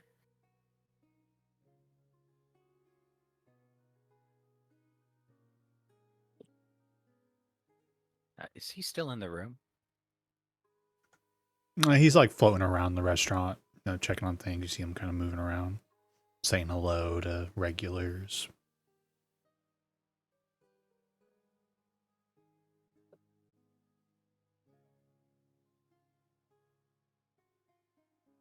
Like, normal person, he's not within like eavesdropping. He doesn't seem to be eavesdropping on anything you guys are saying. He's just kind of like smile on his face, talking to customers. We do like the I ain't dropping no You know. weaves. I like do a finger snap, like You're trying to finger snap him, like, hey, come over here. Yeah. I'd like you to roll a persuasion or an intimidation check. Just out of curiosity. Could Cora help at all? What does Cora do? stands behind him menacingly. I like to imagine you guys are in a booth, like just talking right now. You glare at him, like you're just like you guys are sitting at the table, so like Toby, you just glare at him. Okay, Mm-hmm. I'll give you the help action. Maybe he gets a little flash of a snake eye. I love the That's even mental worse, Will. image. Oh god. I love the mental image of Hillshire just like lazily snapping in the vague direction of this guy, while Cora is just given a death glare. We tried. Oh, I put in Tailspire to see if I could find a mini real quick for Mario, and I couldn't find one. I was gonna draw Mario and Oh then my represent him God. for a second. That's all Everyone right. knows that Mario is his first name, but did you know that his family name is Itsumi? Was Itsumi it? Mario. It's to me. It's to me. Walks over.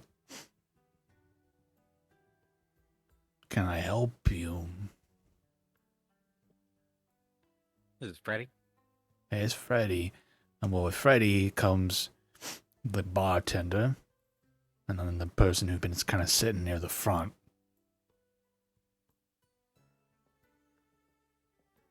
Do you have a problem, miss? Oh, he's talking to me. Well, you seem to have a bit of a 1,000-yard stare. No, it's fine. She always looks like that. Mhm. All right, my friends here have some questions. Hmm. What would those questions be? I'm not going to claim it'd be an easy thing to do, but beyond what we want, there could be opportunity to make a big, big profit for yourselves. Can Graph roll an insight check to see if he can figure out what this guy's definition of big profit is? Roll insight. Skills. Insight. 8. You read it how you read it. My friends here and Graf as well just have some reservations about going all the way down to Baldur's Gate just to have ourselves a sous chef. This doesn't seem balanced. It's not just for a sous chef. It's to put yourself in the right position to succeed in a place like Waterdeep. It's more than just a sous chef. Are you saying that we have to buy rights to sell food in Waterdeep? If you're trying to sell Cali food here, then yes. No matter what name you put on it. Says these families that you speak of. Yes, says the families that I speak of.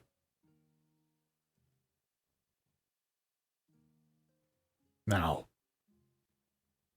it's what everyone just has to do in a town like Waterdeep. But as I said, we want everyone in the family to be enriched by the experience of being together. The item we have in mind happens to be in a vault. And what's in a vault is many items.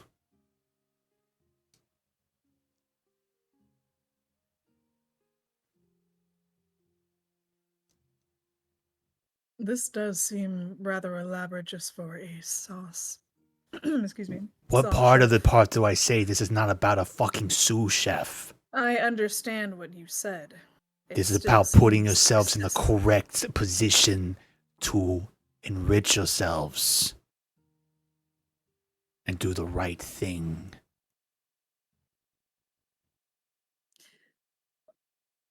We think that it might be safer and more successful for a business if we don't involve ourselves with these families. Is there anything else we can do for you as far as a favor for your sauce chef? Sauce chef. Can't say the name. Roll a Sauceman. persuasion check. Saucier. Your saucier.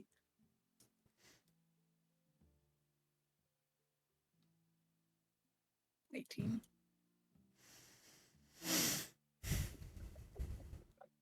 I misread you. You seem like entrepreneurs who wanted to get a good start in this city.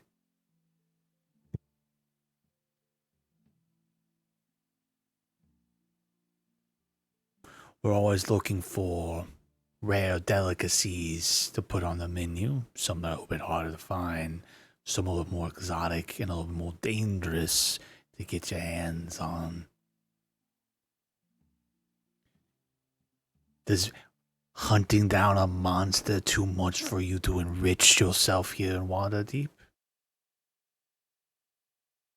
To find yourselves in the Monsters. correct position? Monsters are far easier than breaking into a safe. It depends on the monster, though, doesn't it? There's not as much gold with monsters. You're right on the lack of gold.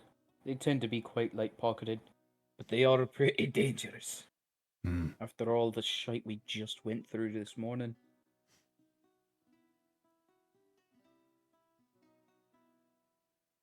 You'll have in danger either way, my friends. One of those could line your pockets a little bit more heavy. The other monster I had in mind, or the monster, we're working on something a little bit more special. We need a mimic.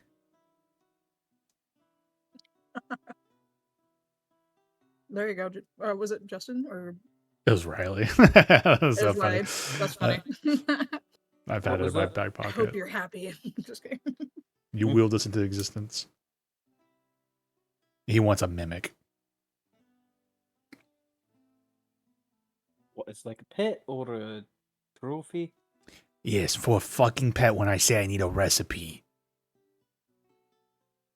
I need an ingredient. We want it dead. Don't need it alive.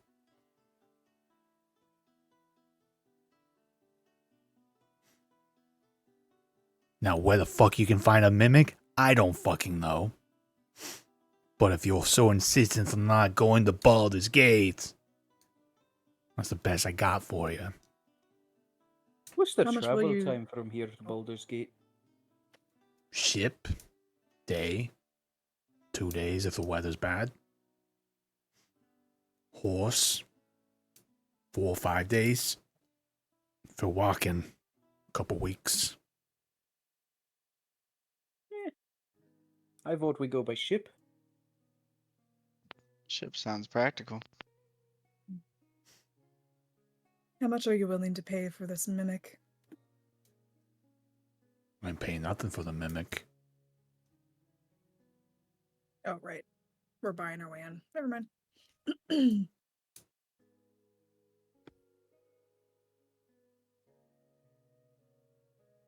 Let's say we do travel to Baldur's Gate and we break into the safe. What exactly are we looking for? I don't think I'm comfortable giving you any specifics of what it is we're looking for until you all agree to it. There's been a lot of hesitation at this table. I've already said a little too much. All right. What kind of trouble are we to expect if we end up getting caught as far as this other family? Same danger you give caught with anybody. Don't get caught. But you don't seem like the type to You're get caught. irritatingly vague. What do you want me to tell you? What is it you're looking for? You get caught? What are you gonna do? Just surrender yourselves to these people? What do you do if you're in a Earlier, dungeon? you gave a very vivid description of you putting a man in a barrel and then throwing him into a Yeah, body of water. What do you think they're going to do to you if they get their hands on you? Are they going to do the same thing or something different? Yes. Like my kneecaps. They're probably gonna fucking hurt you. Is that what? Yes. What? You're breaking into somebody's house, somebody's place. So they're gonna fucking hurt you, right? Whose house are we breaking into that they're that dangerous?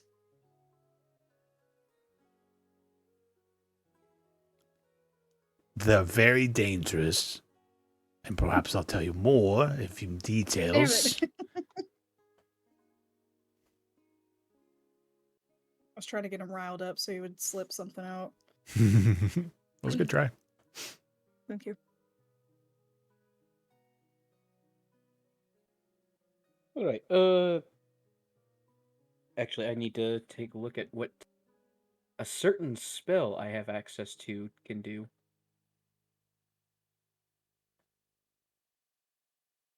Do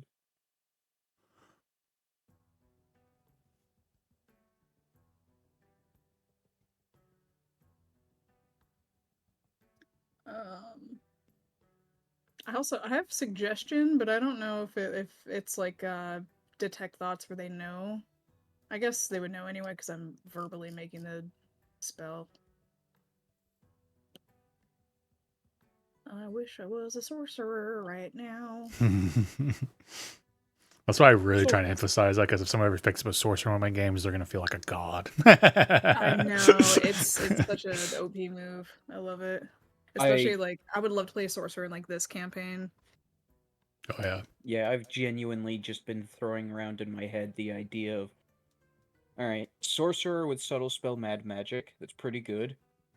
Illusionist wizard, also probably really good. Mm-hmm. Sorcerer with charisma too in this campaign would probably be solid with all the RP Yeah. social encounters. Oh my god, I want to switch out Cora for Luda. Luda. So long as we're going by boat, I think I'd be in. It's not too long, and seems an easy enough job. Just don't get caught. Cora literally turns like her head so slowly to look at you when he says easy job, given the fact that she's like extremely loud and clanky. Yeah, above table, this is definitely, I'm pulling something from the Golden Ice just to give you guys like the idea of like the scope of it, right? So it's a proper heist. I'm not forcing you guys to do it, by the way. 100%. I love how you guys are pushing them and look for other options and stuff. It's just one of many different threads that I can just start dangling in front of you guys. We could see. I mean, there are ways to overcome like the stealth and that kind of stuff. Like see if we can buy like potions of invisibility or like pass without a trace. Actually, I think I could. It wouldn't be anywhere near as good as your AC currently, but we could. Actually, no, we could see about getting something like an armor that's not as clanky. Like, see if we could get something that's low enough that it doesn't do the disadvantage on stealth. Or we could see if we could get you. What is it? Not adamantium. Another, or is it Mithril. adamantium? Mithril's the one, yeah. Mithril. Yeah, mithril that does the any armor does not have disadvantage on strength, or not strength, stealth. Yeah, that's true. That's true. I mean, I only have a +1 in stealth, but it's the disadvantage does suck. I mean, It's actually a very clever I'm- idea, though. I'm like, we're doing a heist, just like downgrade the armor for a quest. Mm-hmm. Yeah. I mean, I'm ranger, and I think ranger is prepared with full access to the entire spell list. I could just straight up pick up the pass without trace, and then boom, Yeah. we've all got a +10 to stealth. Yeah. Which is interesting. It's like normally I would think that they would give it advantage on a stealth check rather than plus a massive flat bonus. Right. Mhm. Well, it Um, depends on the situation too, right? Like he's hinting that you're like breaking into a vault of some sort. It's like pass without a trace, just like any stuff only goes so far if you're like right there in their face. But yeah, if you can pick up pass without a trace, that's a great spell. Certainly helps.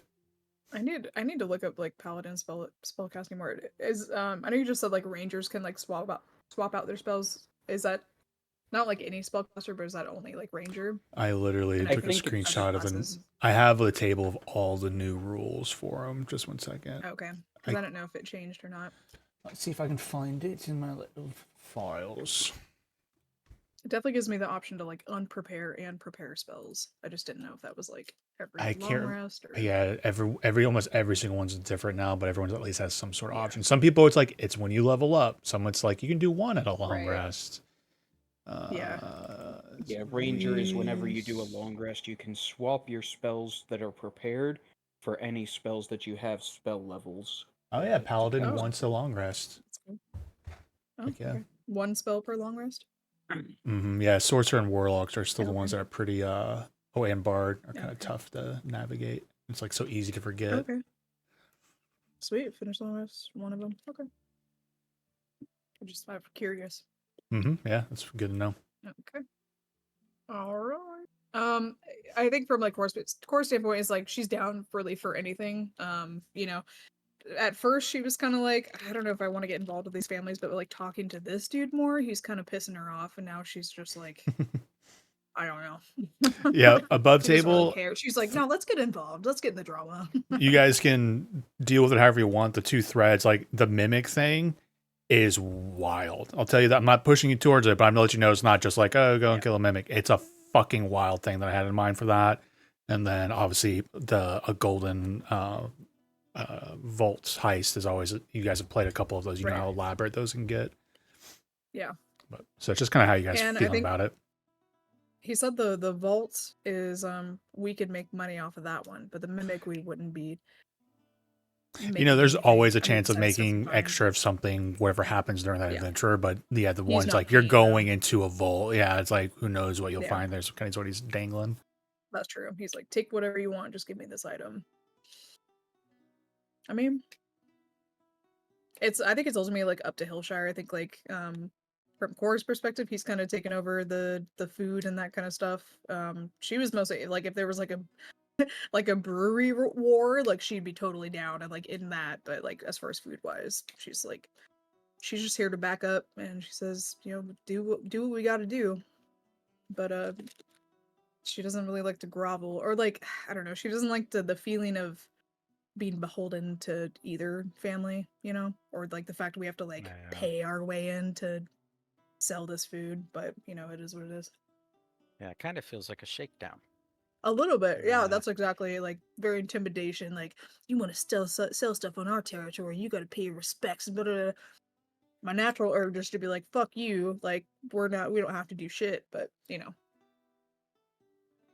Oh, well, I'm happy to see all your commitments to getting a good sauce guy, but we don't have to get Ricky. well, we could and just it's also like, Find another guy, or one of us could just learn to cook sauce.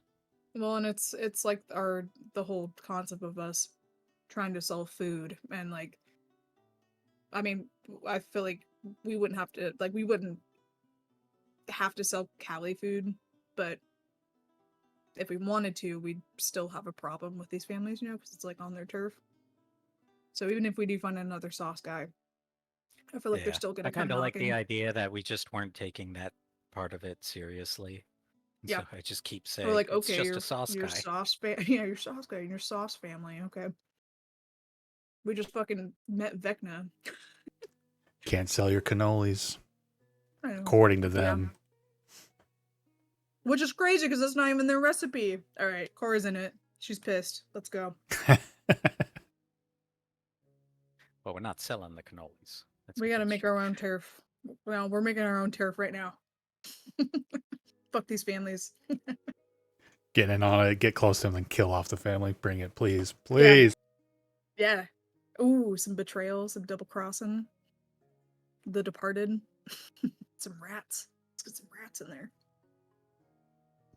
Yeah, take over the family. Oh yeah, we could do that. Someone's gotta marry the daughter.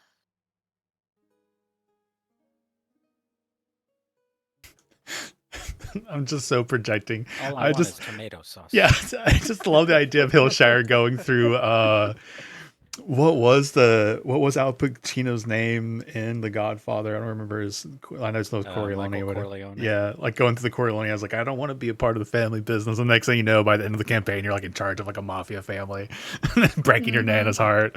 I'm just projecting, looking in the future. I'm not saying that's what you're gonna do, but I just love how that's just weirdly on the table with food mafia. I'm not sorry. Well, my thing is like even like if we get a sauce guy, like are they gonna still have a problem with it? We can like, not come out with Cali food, but I feel like these guys are kind of assholes and they'll be like, yeah, we said not Cali food, but we meant all food. Like, So we might have to get involved anyway. What happens if we do both? Like, what happens if we go over there, steal this shite that you people want, and then on the way we find a mimic and bring it over here with us? I don't. I'm assuming he has walked away. I don't know if you're talking to him because you guys are just like Oh, talking, planning, and stuff. So he's like gone I in start the moment. snapping again. No. Or his And layers above again. table too, like I'm obviously just riffing off everything Justin's been giving me, but not that Justin wanted to do all of this. So if he does not want to actually get into like some crazy mafia food war, like I'm still going to create some conflict there, but he doesn't want to get that deep into it. It is what it is. I won't be. Don't want to feel Justin like I'm forcing this narrative No, on him if he doesn't I want. like where this is going, Okay. but yeah, Hailsfire he was just truly looking for a sauce guy. It seems things are much more complicated than that. Even though it's just sauce.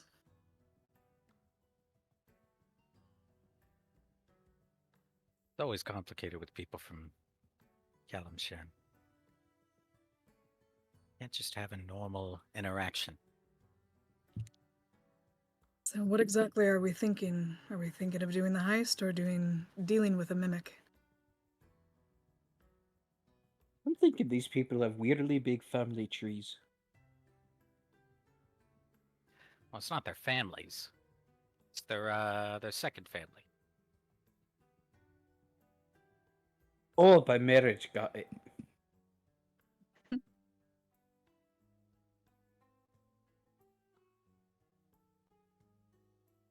Well, my friends, and also Graf, what do you say? You want to do the heist? I just got Alright. off of that. That's so funny. Yeah, it's like the second time I've done that. Oh, it's so subtle. It's so The funny. First time was, well, I gotta go talk and see what my friends think and Graph. Yeah, I said I have to go see what my friends think, and also Graf as well. And craft. I caught it both times, so. That's funny.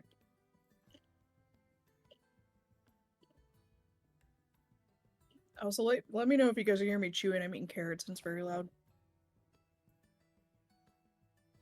I'm not gonna get the carrot mafia knocking on my door, am I? Ooh, you do not want to talk to the Veggie Guild. Yeah, The that's Produce what I thought. Guild. Ooh, Oh boy. that's a whole different ball game. I mean, that We're is. gonna try to get music in the place, and we're gonna have Yeah, to deal with those the fucking music Circus families Club. and Above table, like in the thing, I don't remember all the details, but it's like when you're putting together Troll Skull, they're like, oh yeah, they need to talk to all the guilds. Like, and there's a ton of like bureaucratic shit, and you could get in trouble for obviously a mafia family's not a guild, but they're kind of treating him like that.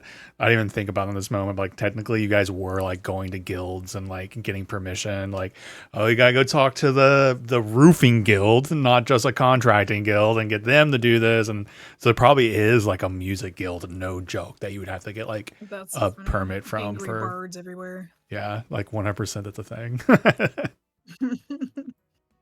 So what's worse, like the guilds with a monopoly on everything, or the mafia Right. family? That's so funny. We're getting involved in guilds regardless. Welcome to Waterdeep.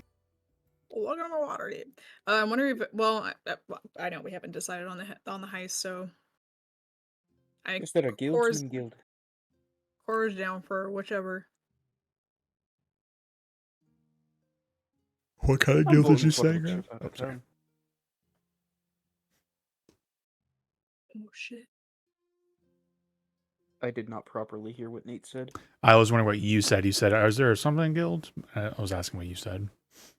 Oh, I was asking if there was a guildsman guild. Maybe. Oh shit, Yeah. thunder starting. But yeah, Graph votes for the thievery of the vault.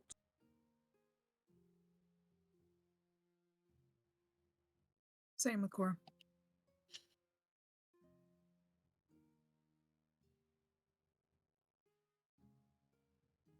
It's just down to use two.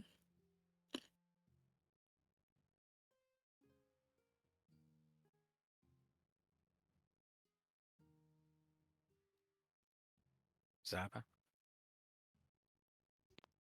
I'm in. I'm in.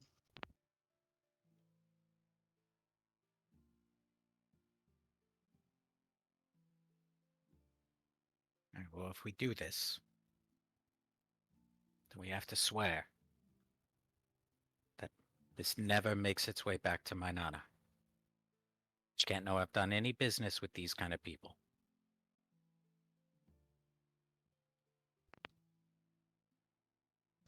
My lips are filled with cannolis. No, he's just looking at Graph. Like, he said that to all of you. Hold on one sec. Do skills deception. Yeah. Oh shit. Ooh, insight Graph check. tries to Yeah. look innocent. Yeah, you never know. My insight's not that great. I would love it if you rolled like a 3. Yeah, that's a little higher than a 3, I'm gonna be honest. He's trying to look innocent, but you do not trust just Graph glared at at him. all. Yeah.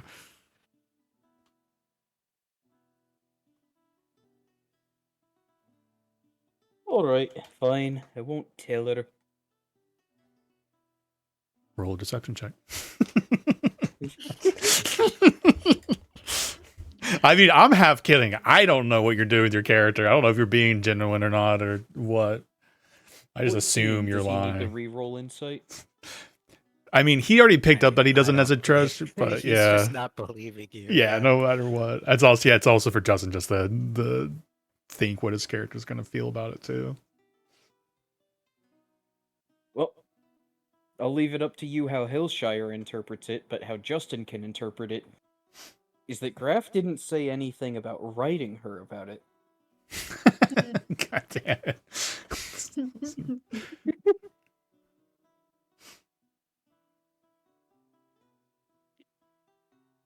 That barrel with rocks and Graph is looking real good right now. And he'll shut up. I'm shutting up. Made a promise a long time ago that I would never get involved in that kind of life. It would break her heart. No one tells her. Broken hearts do lead to less cannoli. Alright, I'm in. Yeah, core just nods.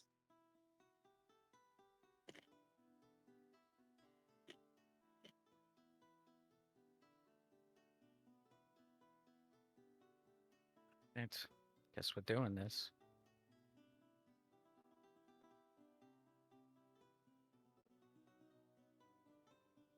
Or a Wow. sauce guy.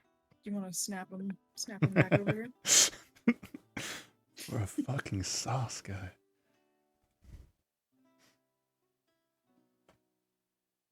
We can kind of keep it a little more streamlined for you. You kind of like call him over, and it sounds like you guys are going to tell him you're going to do that. Graph, if you ask about like what happens if we do both, he's like, then you would have huge favors. If he's like, if you did both, that changes the dynamic. And it's like, if you did both of those and brought them the mimic, they would pay for the mimic stuff on top of that. And I think he would pay like a good solid like 500 gold for the mimic parts. Graf jots it down on his to-do list. Mm-hmm. When's our opening day? You guys are a 4 couple days away to be, Seven, yeah. At least the good news with these events, like they're not like time sensitive. At least he hasn't made it time sensitive. Well, we do this, and Ricky starts in 4 days. I'd say this, if you guys are, well, anyways, I'm just going to cut down on the RP for it. Just keep it like, he tells you, like, if you guys are agreeing to do this, Ricky can start tomorrow. But, you know, like, if you don't follow through, then there's going to be a huge issue. It's just kind of what he alludes and threatens to.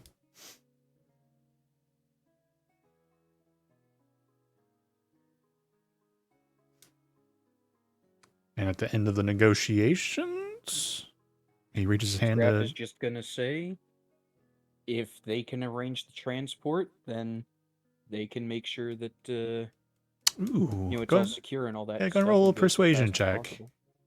And I'm going to give you advantage because we're like skipping over the RP, but I'll just assume someone's helping you with that because I liked your little. Yeah, do a persuasion check at advantage. Or glares Ooh. more.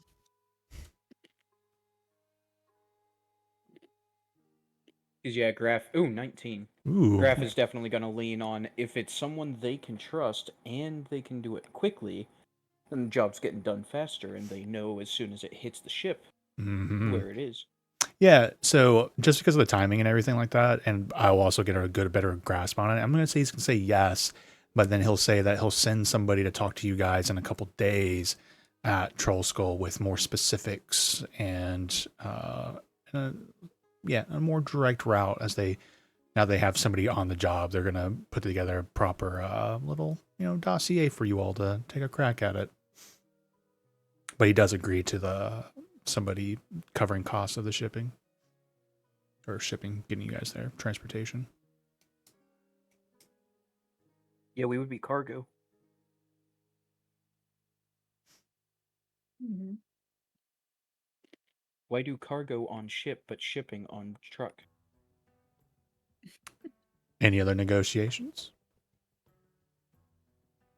We still need the information of what we're looking for in the safe. Right. I think That's what I was saying. He's going to send somebody to talk to you and give you specifics. In But 3 days. Okay. surprise, surprise, what he tells you what he's looking for is a very, very rare recipe. Dun, dun, dun, dun. And this is how we find out through the cannoli recipe that is why Hillshire's Nana doesn't want him in this life. Dun, dun, dun, dun. I already have the cannoli recipe. It's oh shit. He's gonna take off his boots. We're walking around in all that sewage. Oh, shit. He's gonna start pouring it out until there's probably like a drenched. Do you paper. do that in the middle of the restaurant? But it just came to him. Yeah, that's what he does. All right, you guys get the fuck out of here right now. I don't know what you're doing with your fucking boot and that disgustingness. I should have never let you in here. You smell like literally shit. Please leave now. We'll talk to you later. Get out of my establishment. Like, Lonnie, get the mop and bucket. No, not the blood one. It used to be a person. Great. Yeah. What I ate for lunch yesterday too used to be a person. Get the fuck out of my restaurant with that. Okay, cannibal. Cannibal. I cast guidance on the one that the janitor that he was just calling for the cleaning skill. You cast what? I'm sorry. Guidance. Guidance. For the cleaning skill. Yeah. Of course. Thanks. All right. Feel pretty good today. And he's like, first roll's like a good roll, and then he's like, oh, look at that. Cleaning up real good. And then he rolls a nat 1 on the second check and breaks. I mean, it's Slips in it. I think with all this caution, about Nana, I'm half expecting to break into that vault, and a big chair slowly turns around, and right there is Nana looking right at us. Hello, Austin Powers. You weren't there when I came home.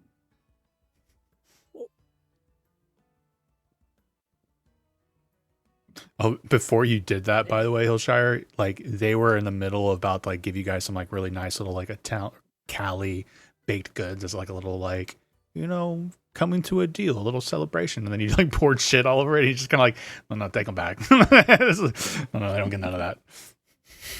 Graf at least try to get breadsticks to go.